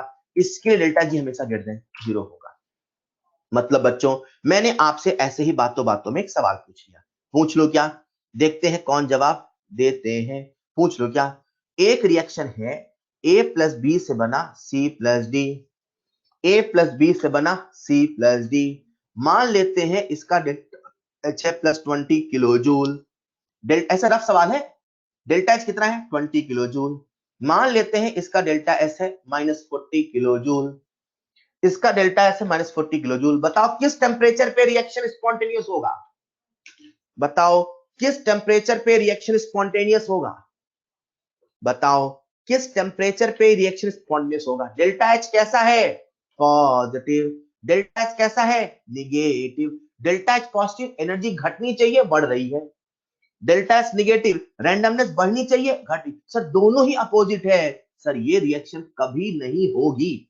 अगर मुझे इस रिएक्शन को कराना है तो मुझे इसे मजबूर करना होगा, एक्सटर्नल फोर्स लगाना होगा, एक्सटर्नल एनर्जी देनी होगी, तभी रिएक्शन होगी। Otherwise this reaction is non spontaneous, this reaction is non spontaneous. जो मैंने आपसे सवाल पूछा उसका आंसर सर वो कभी नहीं होगी, वो नॉन स्पॉन्टेनियस है। क्या बात है, तो कितनी आसानी से याद हो गया। Minus minus sir low temperature पर, प्लस प्लस हाई टेम्परेचर पर। Delta H negative delta H positive always, delta H positive delta H negative कभी नहीं होगा। तो सवाल में फॉर्मूले से नहीं करना, सीधे ऐसे सोच के करना है, फटाफट डाटा देख के फटाफट बताना है, जल्दी होगा। Is this clear? ऑलराइट, हमने सबसे पहले बात करी डेल्टा जी पर। डेल्टा जी का फॉर्मूला क्या है उस पर, डेल्टा जी से कैसे स्पॉन्टेनिटी बताएं उस पर। अब जो बता रहा हूं सुनना ध्यान से बेटा। मान लेते हैं हमारे सामने एक रिएक्शन है, ठीक। जो डेल्टा जी है, जो डेल्टा जी है, जैसे मैंने कहा जो डेल्टा जी है ये गिब्स फ्री एनर्जी है। एक्चुअली में जो डेल्टा जी होता है वो कंसंट्रेशन ऑफ रिएक्टेंट पर डिपेंड करता है। सर क्यों? अभी तो मैंने आपसे कहा था जो जी है वो एक एक्सटेंसिव प्रॉपर्टी है। एक्सटेंसिव प्रॉपर्टी है यानी कि क्वांटिटी ऑफ मैटर पे डिपेंड करता है। करता है इज नॉट इंपॉर्टेंट, मैं तो आपको ये बता रहा हूं कैसे करता है। डेल्टा जी और कंसंट्रेशन में एक रिलेशन होता है, राइट। मैंने आपको एक इक्वेशन बताई, इस इक्वेशन का डेरिवेशन जानने की आवश्यकता नहीं। इक्वेशन ये है delta G is equal to delta G naught plus R T L N Q. मतलब अगर किसी भी रिएक्शन में आप डेल्टा जी की कैलकुलेशन करना चाहते हो with the help of given concentration, तो उसके लिए इस इक्वेशन का हेल्प लेना होगा। That is delta G is equal to delta G naught plus R T L N Q, plus R T L N Q. Clear? हाँ, सवाल में हमें डेल्टा जी नॉट गिवन होना चाहिए तभी निकाल पाओगे। आप सब जानते हैं जो क्यू होता है उसे बच्चों हम लोग क्या बोलते हैं, बोलो क्या बोलते हैं, रिएक्शन क्वोशेंट। देखने में, लिखने में, पढ़ने में, बोलने में, सुनने में बिल्कुल के जैसा होता है, बस फर्क इतना होता है ये इक्विलिब्रियम का नहीं होता है। ये क्यू जो है इसमें कंसंट्रेशन है कंसंट्रेशन लिखोगे डेल्टा जी निकल जाएगा। क्लियर? तो डेल्टा जी और कंसंट्रेशन रिलेशन होता है, इस इक्वेशन से ऐसे निकालते हैं। क्लियर? जैसे हमने ये इक्वेशन लिखी तो मन में ख्याल आया, क्या पता ये इक्वेशन रिवर्सिबल हो सकती है। अगर रिवर्सिबल होगी तो उसमें एक दिन इक्विलिब्रियम आएगा, आ सकता है। जब इक्विलिब्रियम आएगा तो जो Q है वो K बन सकता है, बन सकता है। तो सवाल हमसे पूछेगा कि बताओ इसका K कितना है, अब कैसे निकालें। तो नेक्स्ट टॉपिक है relationship between delta G not and के। मान लेते हैं अपने सामने ये रिएक्शन है, इसके जीवन में इक्विलिब्रियम है। हम सभी जानते हैं किसी भी केमिकल रिएक्शन के लिए डेल्टा जी बराबर डेल्टा जी नॉट प्लस बोलो डेल्टा जी बराबर डेल्टा जी नॉट प्लस बोलो आरटी एल एन क्यू होता है। बच्चों पल भर के लिए मान लेते हैं हम इक्विलिब्रियम पे आ गए। जब हम इक्विलिब्रियम पर आ गए जब हम इक्विलिब्रियम पर आ गए तो क्या डेल्टा जी की वैल्यू जीरो होगी? होगी। क्या क्यू बराबर के होगा? होगा। क्या डेल्टा जी नॉट जीरो होगा? सर कोई जरूरी नहीं है, कोई जरूरी नहीं है, समझना जरा। डेल्टा जी बराबर जीरो मतलब हम कह सकते हैं delta G naught equal to minus R T L N K. चलेगा साहब? चलेगा। बोलो ना बच्चों। जो एल एन होता है जो ln होता है वो log to the base e होता है। मतलब मैं इसे कह सकता हूं क्या, listen carefully, ln k is equal to, यहां लिख देता हूं ऊपर, ln k is equal to delta G naught upon R T minus sign के साथ। तो मैं इससे लिख सकता हूं k is equal to ln मतलब log to the base e, तो e को इधर भेज दे, इज इक्वल टू e की power minus delta G naught upon R T. ये जो आपके सामने इक्वेशन लिखी है नीचे वाली, तो आप इस इक्वेशन से भी k निकाल सकते हो। इसे हम लोग न्यूमेरिकल प्रॉब्लम के लिए, किसमें बच्चों? न्यूमेरिकल प्रॉब्लम के लिए, न्यूमेरिकल प्रॉब्लम्स के लिए जो ln है उसे log में कन्वर्ट कर लेते हैं। तो अपने सामने फॉर्मूला होगा डेल्टा जी नॉट बराबर माइनस आर टी लॉग के। क्लियर? इस प्रकार से हम डेल्टा जी नॉट की मदद से के और के की मदद से डेल्टा जी नॉट निकाल सकते हैं। बच्चों एक सवाल मैं आपसे पूछता हूं, देखते हैं किसको स्ट्राइक करता है। आपके सामने क्वेश्चन लिखिए, आप सभी अपने फॉर्मूला वाले पेज में अगला फॉर्मूला लिख लो, डेल्टा जी नॉट बराबर माइनस आर टी लॉग के। अगला फॉर्मूला लिख लो, डेल्टा जी नॉट बराबर माइनस आर टी लॉग के। लिख लिया? एक सवाल पूछ रहा हूं, पूछ लो क्या? पूछ लो क्या? पूछ लो क्या? पूछ लो क्या? अच्छा हाँ यार सॉरी, 2.303 ln को log में कन्वर्ट करेंगे तो 2.303 आएगा ना, माइनस 2.303 आर टी लॉग के। ln को log में कन्वर्ट किया तो माइनस 2.303। हाँ हाँ हाँ बिल्कुल बेटा, 2.303 बिल्कुल बिल्कुल आएगा आएगा। मैंने ध्यान नहीं दिया, मेरा ध्यान था आपका चैट देखने में। एक सवाल पूछ लूं क्या? एक एक सवाल पूछ लूं क्या? ऑलराइट, मेरा सवाल है, बताओ कब बताओ कब डेल्टा जी नॉट जीरो होगा? नहीं एक ही पूछूंगा, मैं समझ जाऊंगा, आप समझे नहीं। बताओ कब डेल्टा जी नॉट जीरो होगा? डेल्टा जी नॉट,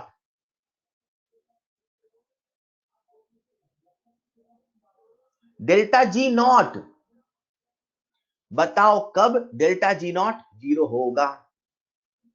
क्या बात है, बच्चों ने आंसर देना शुरू कर दिया। सर एक तो तब होगा जब टी जीरो होगा, बिल्कुल सही। एक तो तब होगा जब के वन होगा, जब के की वैल्यू वन होगी तो डेल्टा जी नॉट जीरो होगा। मैं फिर से कह रहा हूं, के वन है मतलब रिएक्शन है, उसमें इक्विलिब्रियम है। जब रिएक्टेंट प्रोडक्ट की कंसंट्रेशन इक्वल है तब डेल्टा जी नॉट जीरो है। इक्विलिब्रियम से डेल्टा जी नॉट जीरो नहीं होता। डेल्टा जी नॉट जीरो हो भी सकता है, नहीं भी हो सकता है। जब के की वैल्यू वन है तो डेल्टा जी नॉट जीरो है, जब टेम्परेचर एब्सोल्यूट जीरो है तो डेल्टा जी नॉट जीरो है। क्या बात है, मुझे लगता है आप सब तैयार हैं कुछ खेला खेलने के लिए। हेलो, अरे अब मजा आने वाला है। सारे फॉर्मूले लिख लिया पेज में? एक बार सारे फॉर्मूले देख लो जरा, सारे फॉर्मूले देख लो एक बार।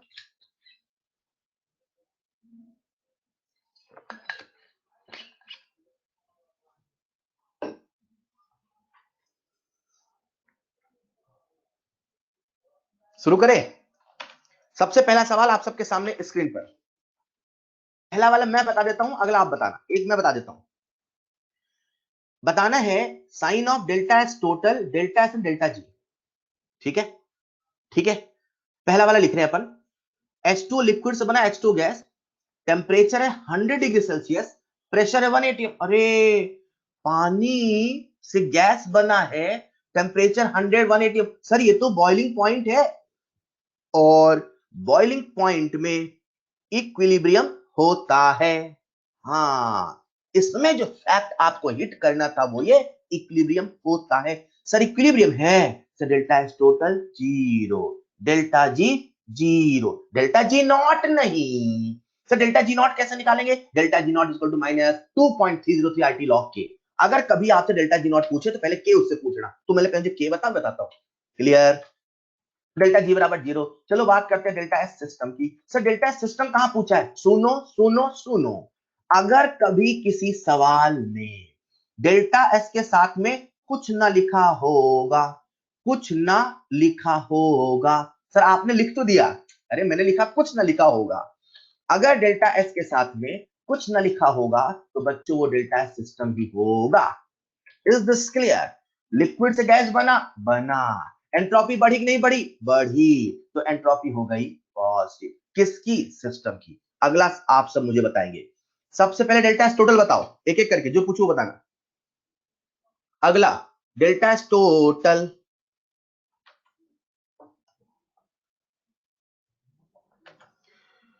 Delta S total. अरे फिर से इक्विलिब्रियम है बेटा, ये मेल्टिंग पॉइंट है, अगेन इक्विलिब्रियम है। Delta S total zero, delta G zero, delta S system, delta S system.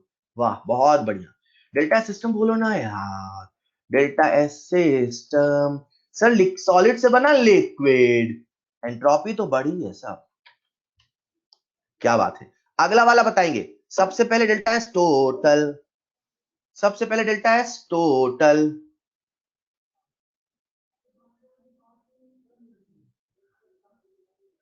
और ना सुनो ज्योतिष प्रताड़ु, और ना सुनो, जब मैंने कहा पहला मैं समझाता हूं तो आप अपना खेल रहे होगे, कुछ मोबाइल में गेम खेल रहे होगे, है ना?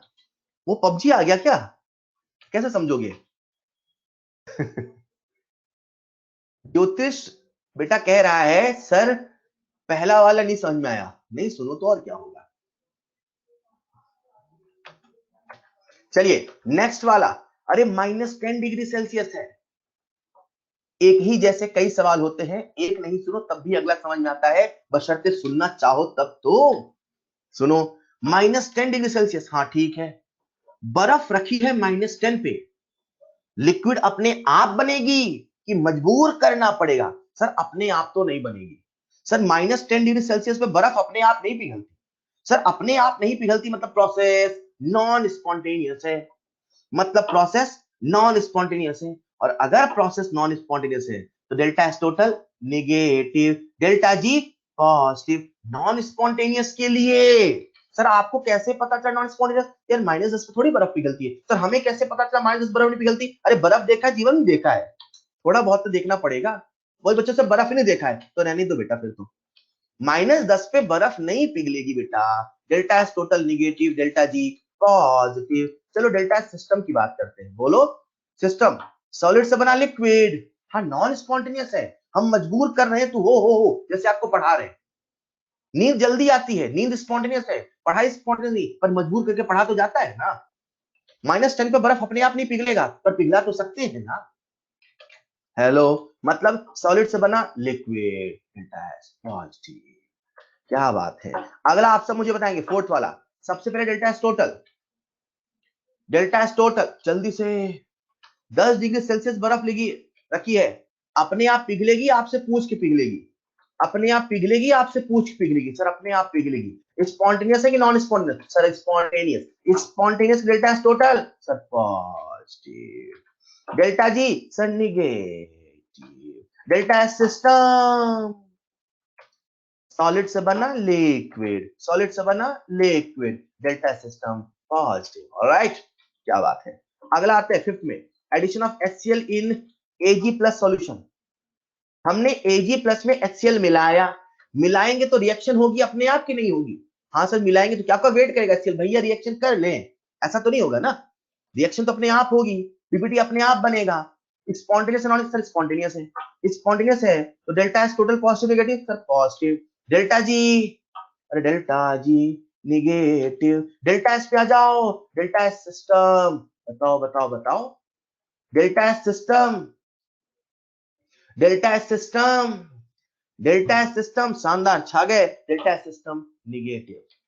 सर क्यों? कल ही बताया था पीपीटी बनना है, भूलना नहीं। अगला सिक्स्थ वाला, spreading of ink in water, हमने पानी में इंक को मिलाया तो इंक फैलेगा नहीं फैलेगा? सर फैलेगा। आपसे पूछ के फैलेगा अपने आप फैलेगा? सर अपने आप फैलेगा। स्पॉन्टेनियस है कि नॉन स्पॉन्टेनियस? सर स्पॉन्टेनियस है।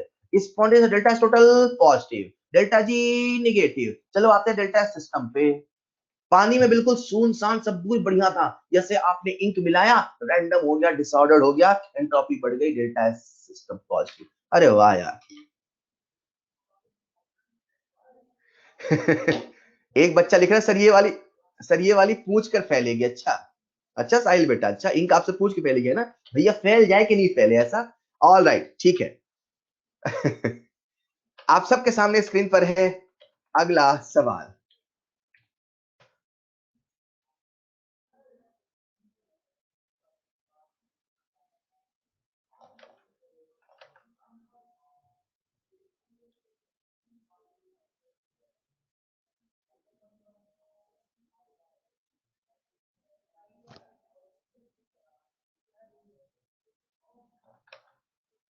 अगला सवाल आप सबके सामने स्क्रीन पर। सोचो क्या दिया है, सोचो क्या पूछा है, देखते हैं सबसे पहले आंसर कौन देता है। सारे सवाल आप करने वाले हैं, एक भी सवाल मुझे करना नहीं पड़ेगा, आप देखना। कैलकुलेशन मिस्टेक बस मत करो यार, कैलकुलेशन मिस्टेक मत करो। अंकित आपने आंसर सही दिया, बस साइन गलत लगाया, इसलिए सबसे पहले आपका नहीं माना जाएगा। कुशल मंगल आपने टाइपिंग मिस्टेक कर दी, मुझे लगता है पॉइंट पहले लगा दिया। जिस बच्चे ने सबसे पहले सही आंसर दिया उसका नाम है Naman Agarwal and the correct answer is -11.5 kilo calorie, -11.5 kilo calorie. Solution आप सबके सामने है, जिसको डाउट हो रेज योर हैंड। कोई बात नहीं कुशल बेटा, मुझे पता आपने कर लिया होगा, बहुत सारे बच्चों ने कर लिया है। सुधांशु है ना, बहुत सारे बच्चे मैं देख रहा हूं, नीलोत्पल, तानु ने भी कर लिया है, सत्यजीत, विशाल, बहुत सारे बच्चे यार, मतलब किसका किसका पढ़े है ना। ऑल राइट, तो वेरी वेरी सिंपल, आसान था क्या? आसान था क्या? अच्छा अच्छा ठीक है। अगला सवाल आपके सबके सामने स्क्रीन पर।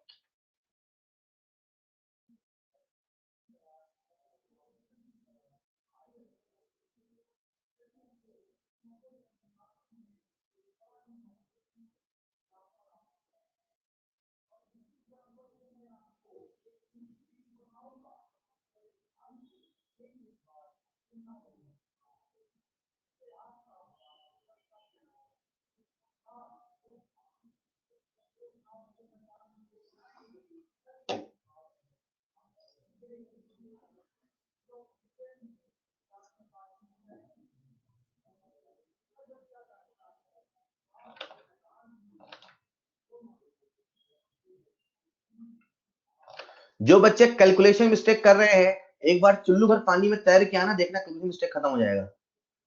यार कैसे कैलकुलेशन मिस्टेक कर सकते हो आप इसमें?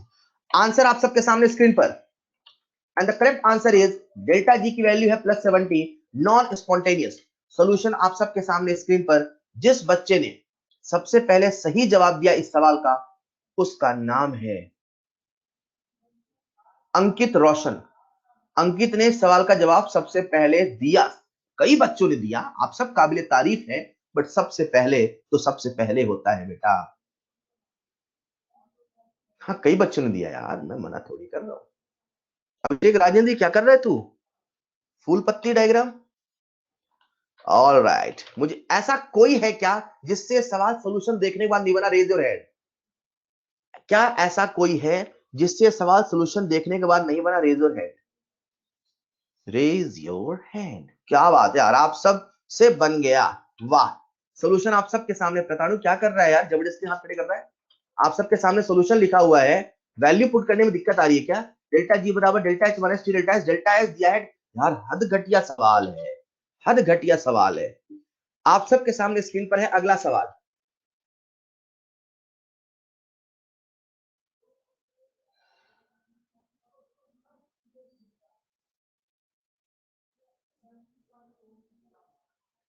सिद्धार्थ क्या बोला है आपने बेटा, मैं समझा नहीं।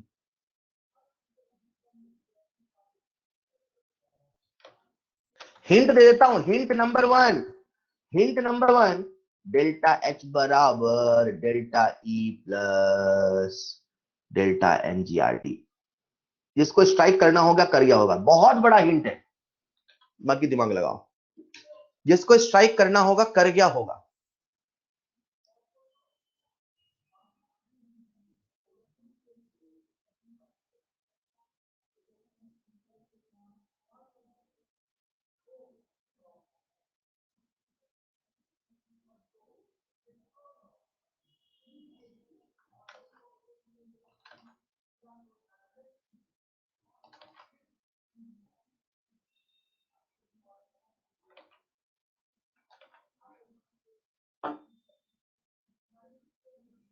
अब देखो, आज मैं आपको प्रॉपर टाइम दे रहा हूं सॉल्व करने का, क्योंकि मुझे पता है 100% बच्चे फॉर्मूले लगाते हैं, 100% बच्चे सॉल्व करते हैं। बस आप कैलकुलेशन मिस्टेक नहीं करें, इसका विशेष ध्यान रखें। रिएक्शन गिवन है यार, टेम्परेचर कितने आसान, मतलब ये इससे बोलते हैं लॉलीपॉप सवाल।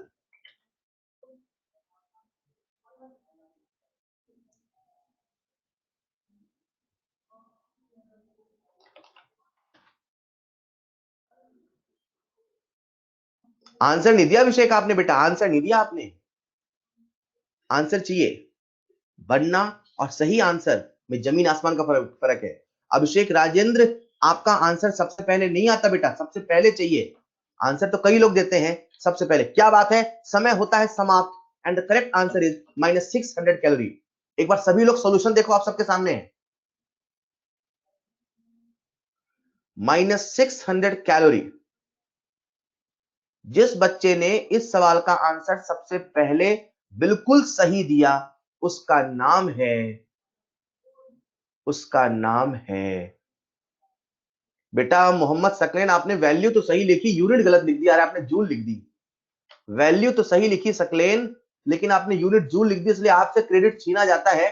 सबसे पहले सही आंसर देने वाला बच्चा है साहिलदीप सिंह। अगर आपने आंसर दिया है किलो कैलोरी में साहिलदीप, तो सही है, क्योंकि आपने यूनिट नहीं लिखा। साहिलदीप सिंह ने सबसे पहले सवाल का सही जवाब दिया।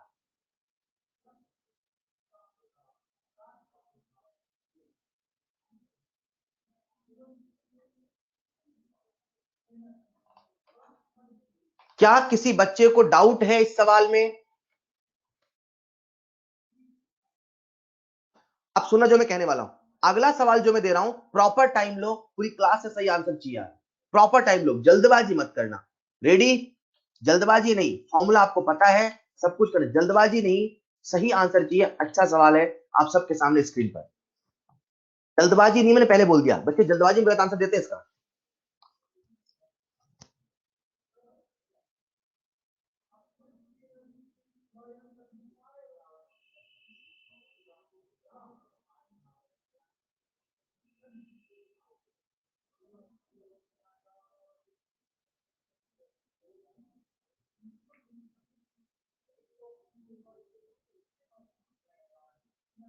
जल्दबाजी मत करो अंकित।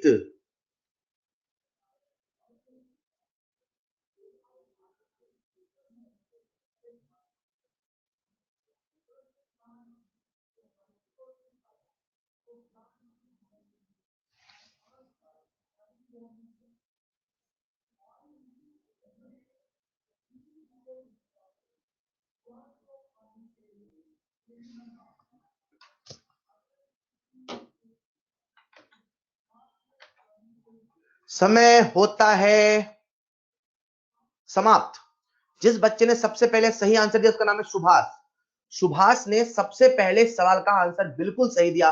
वेल डन बेटा, नए नए चेहरे आ रहे हैं सामने, बहुत अच्छे। And the correct answer is all negative. सुन लो एक बार ध्यान से, जिससे नहीं बना, जिन लोगों ने गलत आंसर पॉजिटिव दिया उनके लिए सुनो सुनो। स्पॉन्टेनियस बोल दिया बेटा, स्पॉन्टेनियस बोल दिया, मतलब डेल्टा जी नेगेटिव है। अब डेल्टा एस की बात कर लेते हैं। 3 मोल ऑफ गैस से 2 मोल ऑफ गैस बना, पहले 3 थे अब 2 बने। डेल्टा जी निगेटिव है, नहीं डेल्टा जी निकालना है एनजी, सीधे सोच सकते हो सर 3 से 2 गैस बने, गैसेस कम बन रहे हैं और गैसेस कम बनने का मतलब एंट्रोपी घट रही है, डेल्टा एस निगेटिव है। अब आते हैं डेल्टा एच पे। डेल्टा जी का फॉर्मूला होता है delta H minus T delta S. कुछ बच्चों ने गलत जवाब दिया, इसलिए मैं सिखा रहा हूं, लिसन केयरफुली। डेल्टा जी बराबर delta H minus T delta S. Delta H कैसा होना चाहिए? डेल्टा जी निगेटिव है, हमें पता है। डेल्टा एस निगेटिव है, पता है। तो डेल्टा एच प्लस हो जाएगा, हो जाएगा। कॉमन सेंस लगाओ, डेल्टा एच कैसा हो कि पूरा का पूरा निगेटिव आए? सर निगेटिव होगा तभी तो होगा, अरे पॉजिटिव होगा तो पूरा नंबर पॉजिटिव आएगा। एक बात पक्की है, डेल्टा एच कैसा होगा? Negative, hence answer will be negative. Clear? आप सबका बिल्कुल सही जवाब आप सबके सामने स्क्रीन पर है। अगला सवाल, पूरी क्लास कर रही, देखते हैं सबसे पहले कौन सही जवाब देता है इस सवाल का। बहुत अच्छा सवाल है।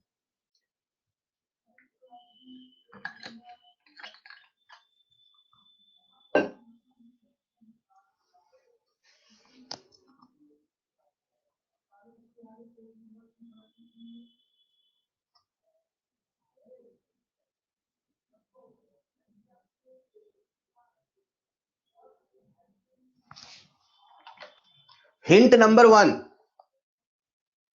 डेल्टा जी बराबर minus T delta S total. बहुत बड़ा हिंट है।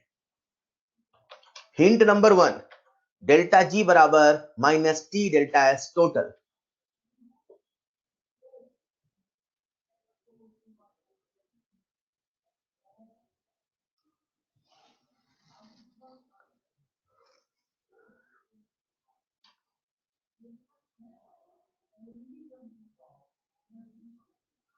हिंट नंबर 1, डेल्टा जी बराबर minus T delta S total. Hint number 2, delta G बराबर delta H minus T delta S. Delta G system का, डेल्टा एच सिस्टम का, delta S system का। दो hint sufficient हैं इस सवाल को करने के लिए। सबसे पहले डेल्टा जी निकाल लो, डेल्टा जी से डेल्टा एस निकाल लो। टेम्परेचर दे रखा है, कैलकुलेशन मिस्टेक नहीं करो।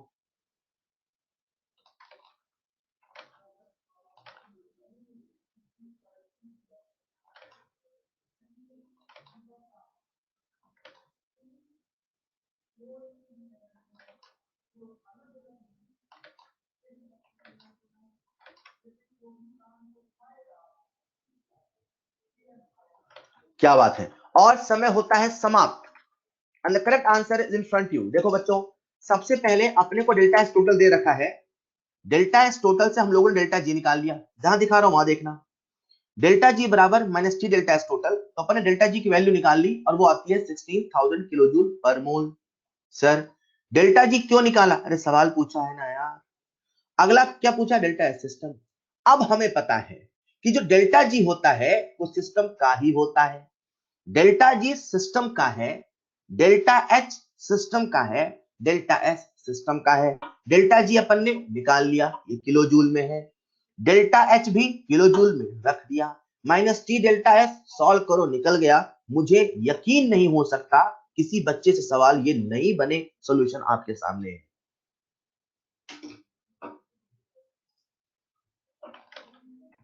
क्या बात है, बहुत बढ़िया, बहुत बढ़िया, कुशल मंगल। क्या बात है, कितने आसान सवाल आते हैं। और अब जो आपके पेपर, एक बच्चे ने कहा ये सवाल कहाँ का है, बिल्कुल सही, एक्सरसाइज 2 का सवाल है। लेकिन आज के समय का जो आपके पेपर का लेवल है ना, इससे भी घटिया आपको बता दूंगा। उस समय तो कम से कम कुछ अच्छे सवाल आते थे, बहुत आसान सवाल आ रहे हैं। इसीलिए मैं आपसे बार बार कहता हूं, एक ही चीज को एक ही जगह से 100 बार पढ़ो। यही हमारे एग्जाम के अच्छे नंबर का रूल है, और खास करके फिजिकल केमिस्ट्री का। आप सबके सामने स्क्रीन पर है अगला सवाल। आप सबके सामने स्क्रीन पर है अगला सवाल।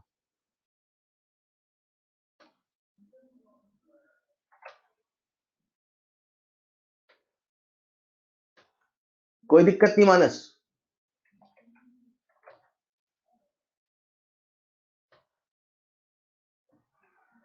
इक्विलिब्रियम का टेम्परेचर, स्पॉन्टेनिटी का टेम्परेचर और नॉन स्पॉन्टेनिटी का टेम्परेचर। इक्विलिब्रियम वाला सब लोग निकाल सकते हैं। डेल्टा जी बराबर delta H minus T delta S. Equilibrium पे डेल्टा जी 0, तो टी बराबर delta H upon delta S. Value put करोगे आएगा 500 केल्विन। मतलब ये वो टेम्परेचर है जब इक्विलिब्रियम रहता है। अब आते हैं स्पॉन्टेनिटी पे। मुझे आप सबका ध्यान चाहिए, मुझे आप सबका ध्यान चाहिए। जैसे मैं सोचने को कह रहा हूं वैसे सोचो, आसानी से सॉल्व होगा। बाकी फिर डिटेल सॉल्यूशन आपको मिल ही जाएगा। सुनो, स्पॉन्टेनिटी की बात कर रहे हैं। क्या डेल्टा एच पॉजिटिव है? हाँ सर पॉजिटिव है। क्या डेल्टा एस पॉजिटिव है? हाँ सर पॉजिटिव है। याद करो रूल, जब दोनों पॉजिटिव हैं तो हाई टेम्परेचर, पॉजिटिव मतलब ज्यादा, जब दोनों पॉजिटिव हैं तो क्या रिएक्शन हाई टेम्परेचर पे स्पॉन्टेनियस होगा? हाँ, मतलब स्पॉन्टेनिटी के लिए हाई मतलब ग्रेटर देन 500 केल्विन, तो नॉन स्पॉन्टेनियस के लिए लेस देन 500 केल्विन। बाकी डिटेल्ड सॉल्यूशन चाहिए तो ऐसे कैसे, for spawn delta G less than 0 solve करो, वेरिएबल दिमाग लगाओ, इतना मेहनत कौन करेगा यार, आपकी इच्छा है। ठीक है, तो जब ऐसे सवाल पूछे कि बड़ा होगा छोटा होगा तो आप अपने ट्रिक से सोच लो और फिर उससे बड़ा उससे छोटा सोच लो। जैसे मान लो दोनों निगेटिव होते तो लो टेम्परेचर, तो अपन क्या बोलते? Less than. मान लो दोनों निगेटिव होते तो अपन क्या याद है सर, निगेटिव होता है तो लो टेम्परेचर पे होता है, लो टेम्परेचर पे होता है मतलब जो इक्विलिब्रियम का टेम्परेचर है उससे कम पे स्पॉन्टेनियस होगा, ज्यादा पे नहीं होगा। Is this clear? हाँ बिल्कुल चार्ट से बेटा। Is this clear? Is this clear?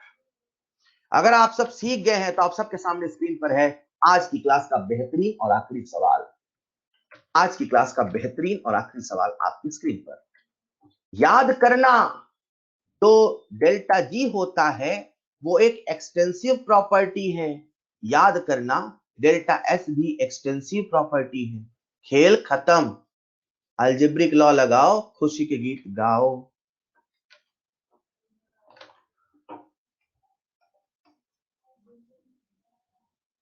Algebraic rule लगाइए, बेहद ही आसान सवाल।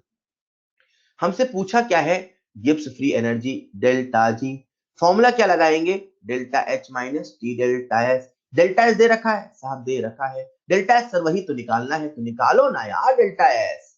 अभी तो आपने अमोनिया वाला निकाला था, भूल गए क्या? -80 आंसर दिया था।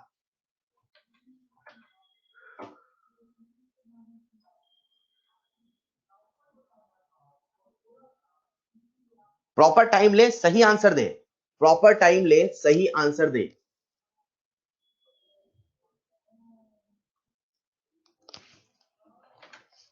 अभिषेक राजेंद्र, मैं आपको टोकूंगा बेटा।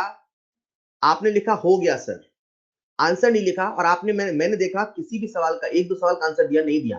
दिस इज रॉन्ग बेटा। बाकी आपकी इच्छा है, जैसा आप करना चाहे वैसा करें। पूरा सवाल सॉल्व करें, मैं कह रहा हूं पूरा सवाल सॉल्व करें। एग्जाम में भी सारे सवाल बनते हैं लेकिन तब भी नेगेटिव होते हैं। यही तो हम यहां सीख रहे हैं, कैसे हम कैलकुलेशन को इंप्रूव करें, कैसे हम टाइम फ्रेम में सवाल करें, कैसे हम प्रेशर में सवाल करें, कैसे हम सबसे पहले आंसर दें। वो होड़ चाहिए तब मजा आएगा। बाकी आपकी इच्छा है, ऐसा मत करो अभिषेक राजेंद्र। जिसने बच्चे लिखा एक दो बार सर आंसर हो गया हो गया, पूरा आंसर दिया करो बेटा। बनाए तो पूरा आंसर दो ना, अप्रोच सबको क्लियर रहती है।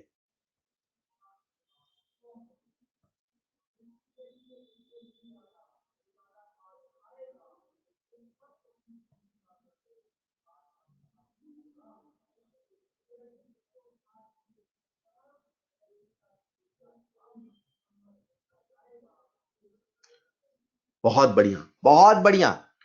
आप सब समझ गए होंगे। इस सवाल में हमसे डेल्टा जी पूछा है। एक बार मैं फिर भी बता देता हूं। कुछ बच्चे पता ऐसे होते हैं, देखते रहते हैं कौन सॉल्व करे सर, आप ही सॉल्व कर दो। Very very wrong. इतने सारे बच्चे लाइन से चैट बॉक्स में लिखते हैं, how somebody can think like this. Sir कौन माइनस करे, सर कौन प्लस करे, सर आप तो अच्छे से स्लाइड क्लिक करते हो सोल्यूशन आ जाता है, हमें सर सॉल्व करना पड़ता है। अरे सीखना तो आपको है मेरे बच्चे, कितना आसान है। देखो, अपने को सॉल्व करना है delta ji.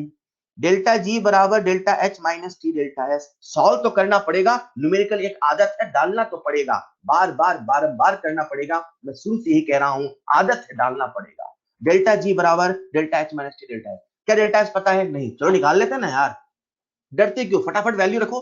Delta equal to U B R 4, क्या इसका दे रखा है, दे रखा है सर 242 माइनस यू कितना दे रखा है सर 50, सारा यूनिट देख लो, जूल जूल जूल जूल, हाँ ठीक है 50 प्लस 2 br2 है तो 2 इंटू 152, ये आप सॉल्व नहीं कर सकते यार, 150 150 300 होता है 304, क्या कर रहे हो बेटा, कितना आसान है, आप सबसे बनेगा। And the correct answer is wow, and the correct answer is आप सबके सामने है सबसे पहले delta G equal to delta H minus T delta S. सुनो, जैसे आप लोगों ने फॉर्मूला पढ़ा डेल्टा जी बराबर delta H minus T delta S, वैसे ही नॉट में चलता है delta H not minus T delta S not, मतलब डेल्टा जी बराबर delta H minus T delta S, ये भी सही है, डेल्टा जी नॉट बराबर delta H not minus T, ये भी सही है, बस फर्क इतना है इसमें सारी बातें स्टैंडर्ड की हैं, इसमें कोई भी कंडीशन हो सकती है। कुल मिला के आप तो ऐसे सोचो, जब स्टैंडर्ड की बातें हैं तो सब कुछ स्टैंडर्ड स्टैंडर्ड, जब स्टैंडर्ड की बातें नहीं है जो कंडीशन है वो,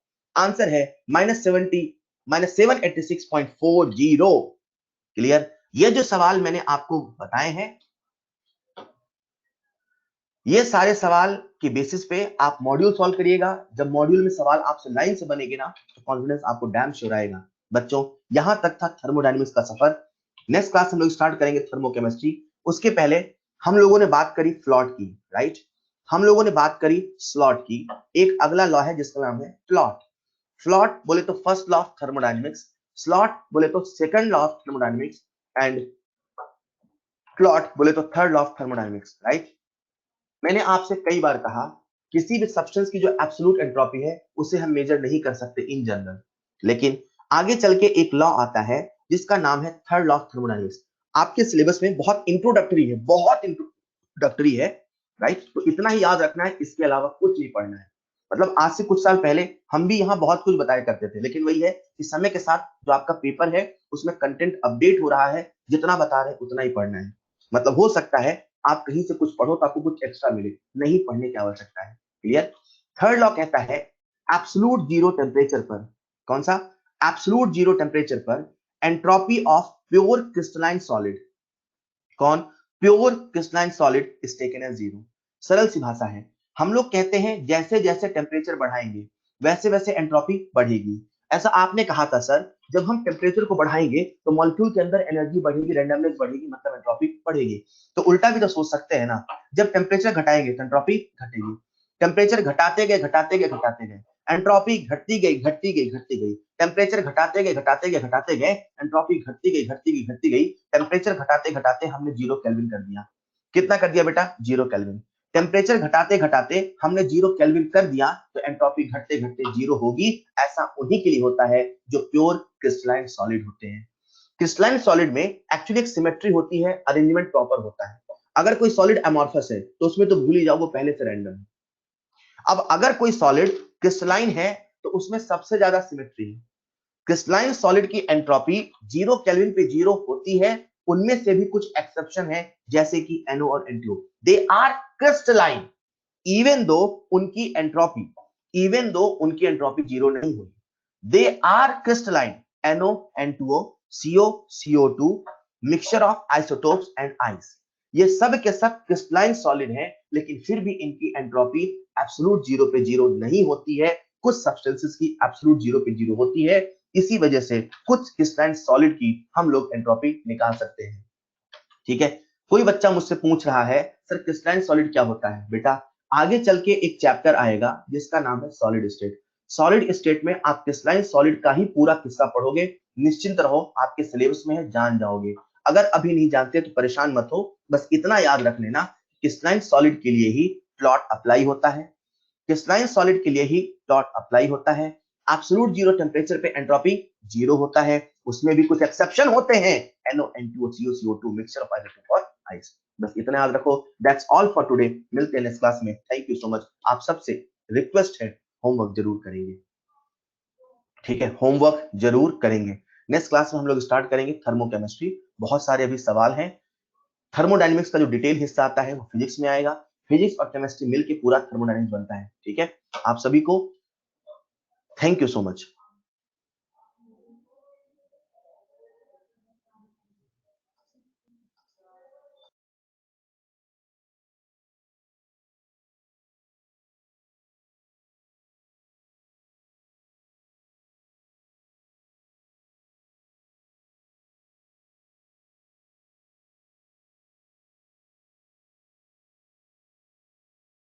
जिन बच्चों के पास लिंक है वो बच्चे जा सकते हैं, बिल्कुल जा सकते हैं जिन बच्चों के पास लिंक है। जिनके पास लिंक नहीं है, मेरे ख्याल से अब तो ऐसा कोई नहीं होगा, फिर भी अगर कोई है बेटा तो वेट करिएगा। सबसे पहले मैं क्लास का हैंडआउट प्रिपेयर कर दूं।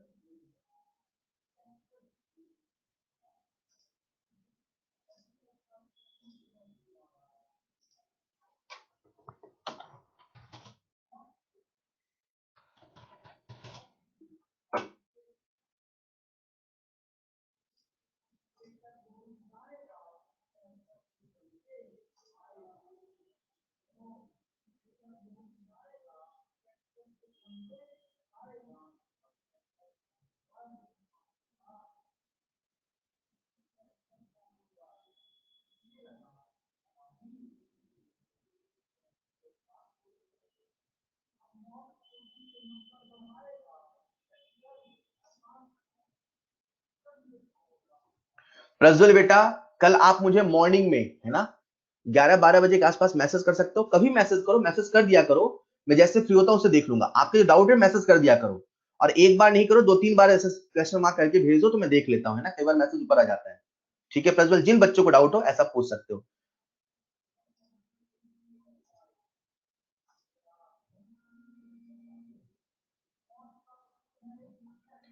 आप सबके सामने अभी एक पॉपअप आएगा।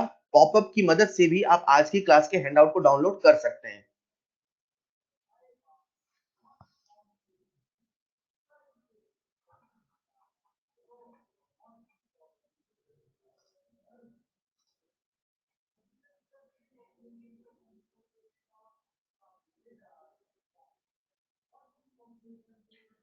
आप सबके सामने भी पॉपअप आया होगा। पॉपअप की मदद से आज की क्लास के हैंडआउट को डाउनलोड कर सकते हैं।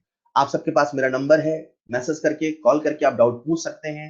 कभी तुरंत रिसीव नहीं कर पाए तो परेशान ना हो, कुछ देर के बाद फिर से ट्राई करें। कोशिश करें हमेशा व्हाट्सएप में ही डाउट पूछा करें, राइट। आप सबके पास ई सोल्यूशन ऐप है।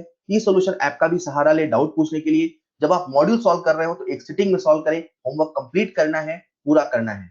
मिलते हैं नेक्स्ट क्लास में। Thank you so much. मैं इसे क्लोज कर रहा हूं बच्चों।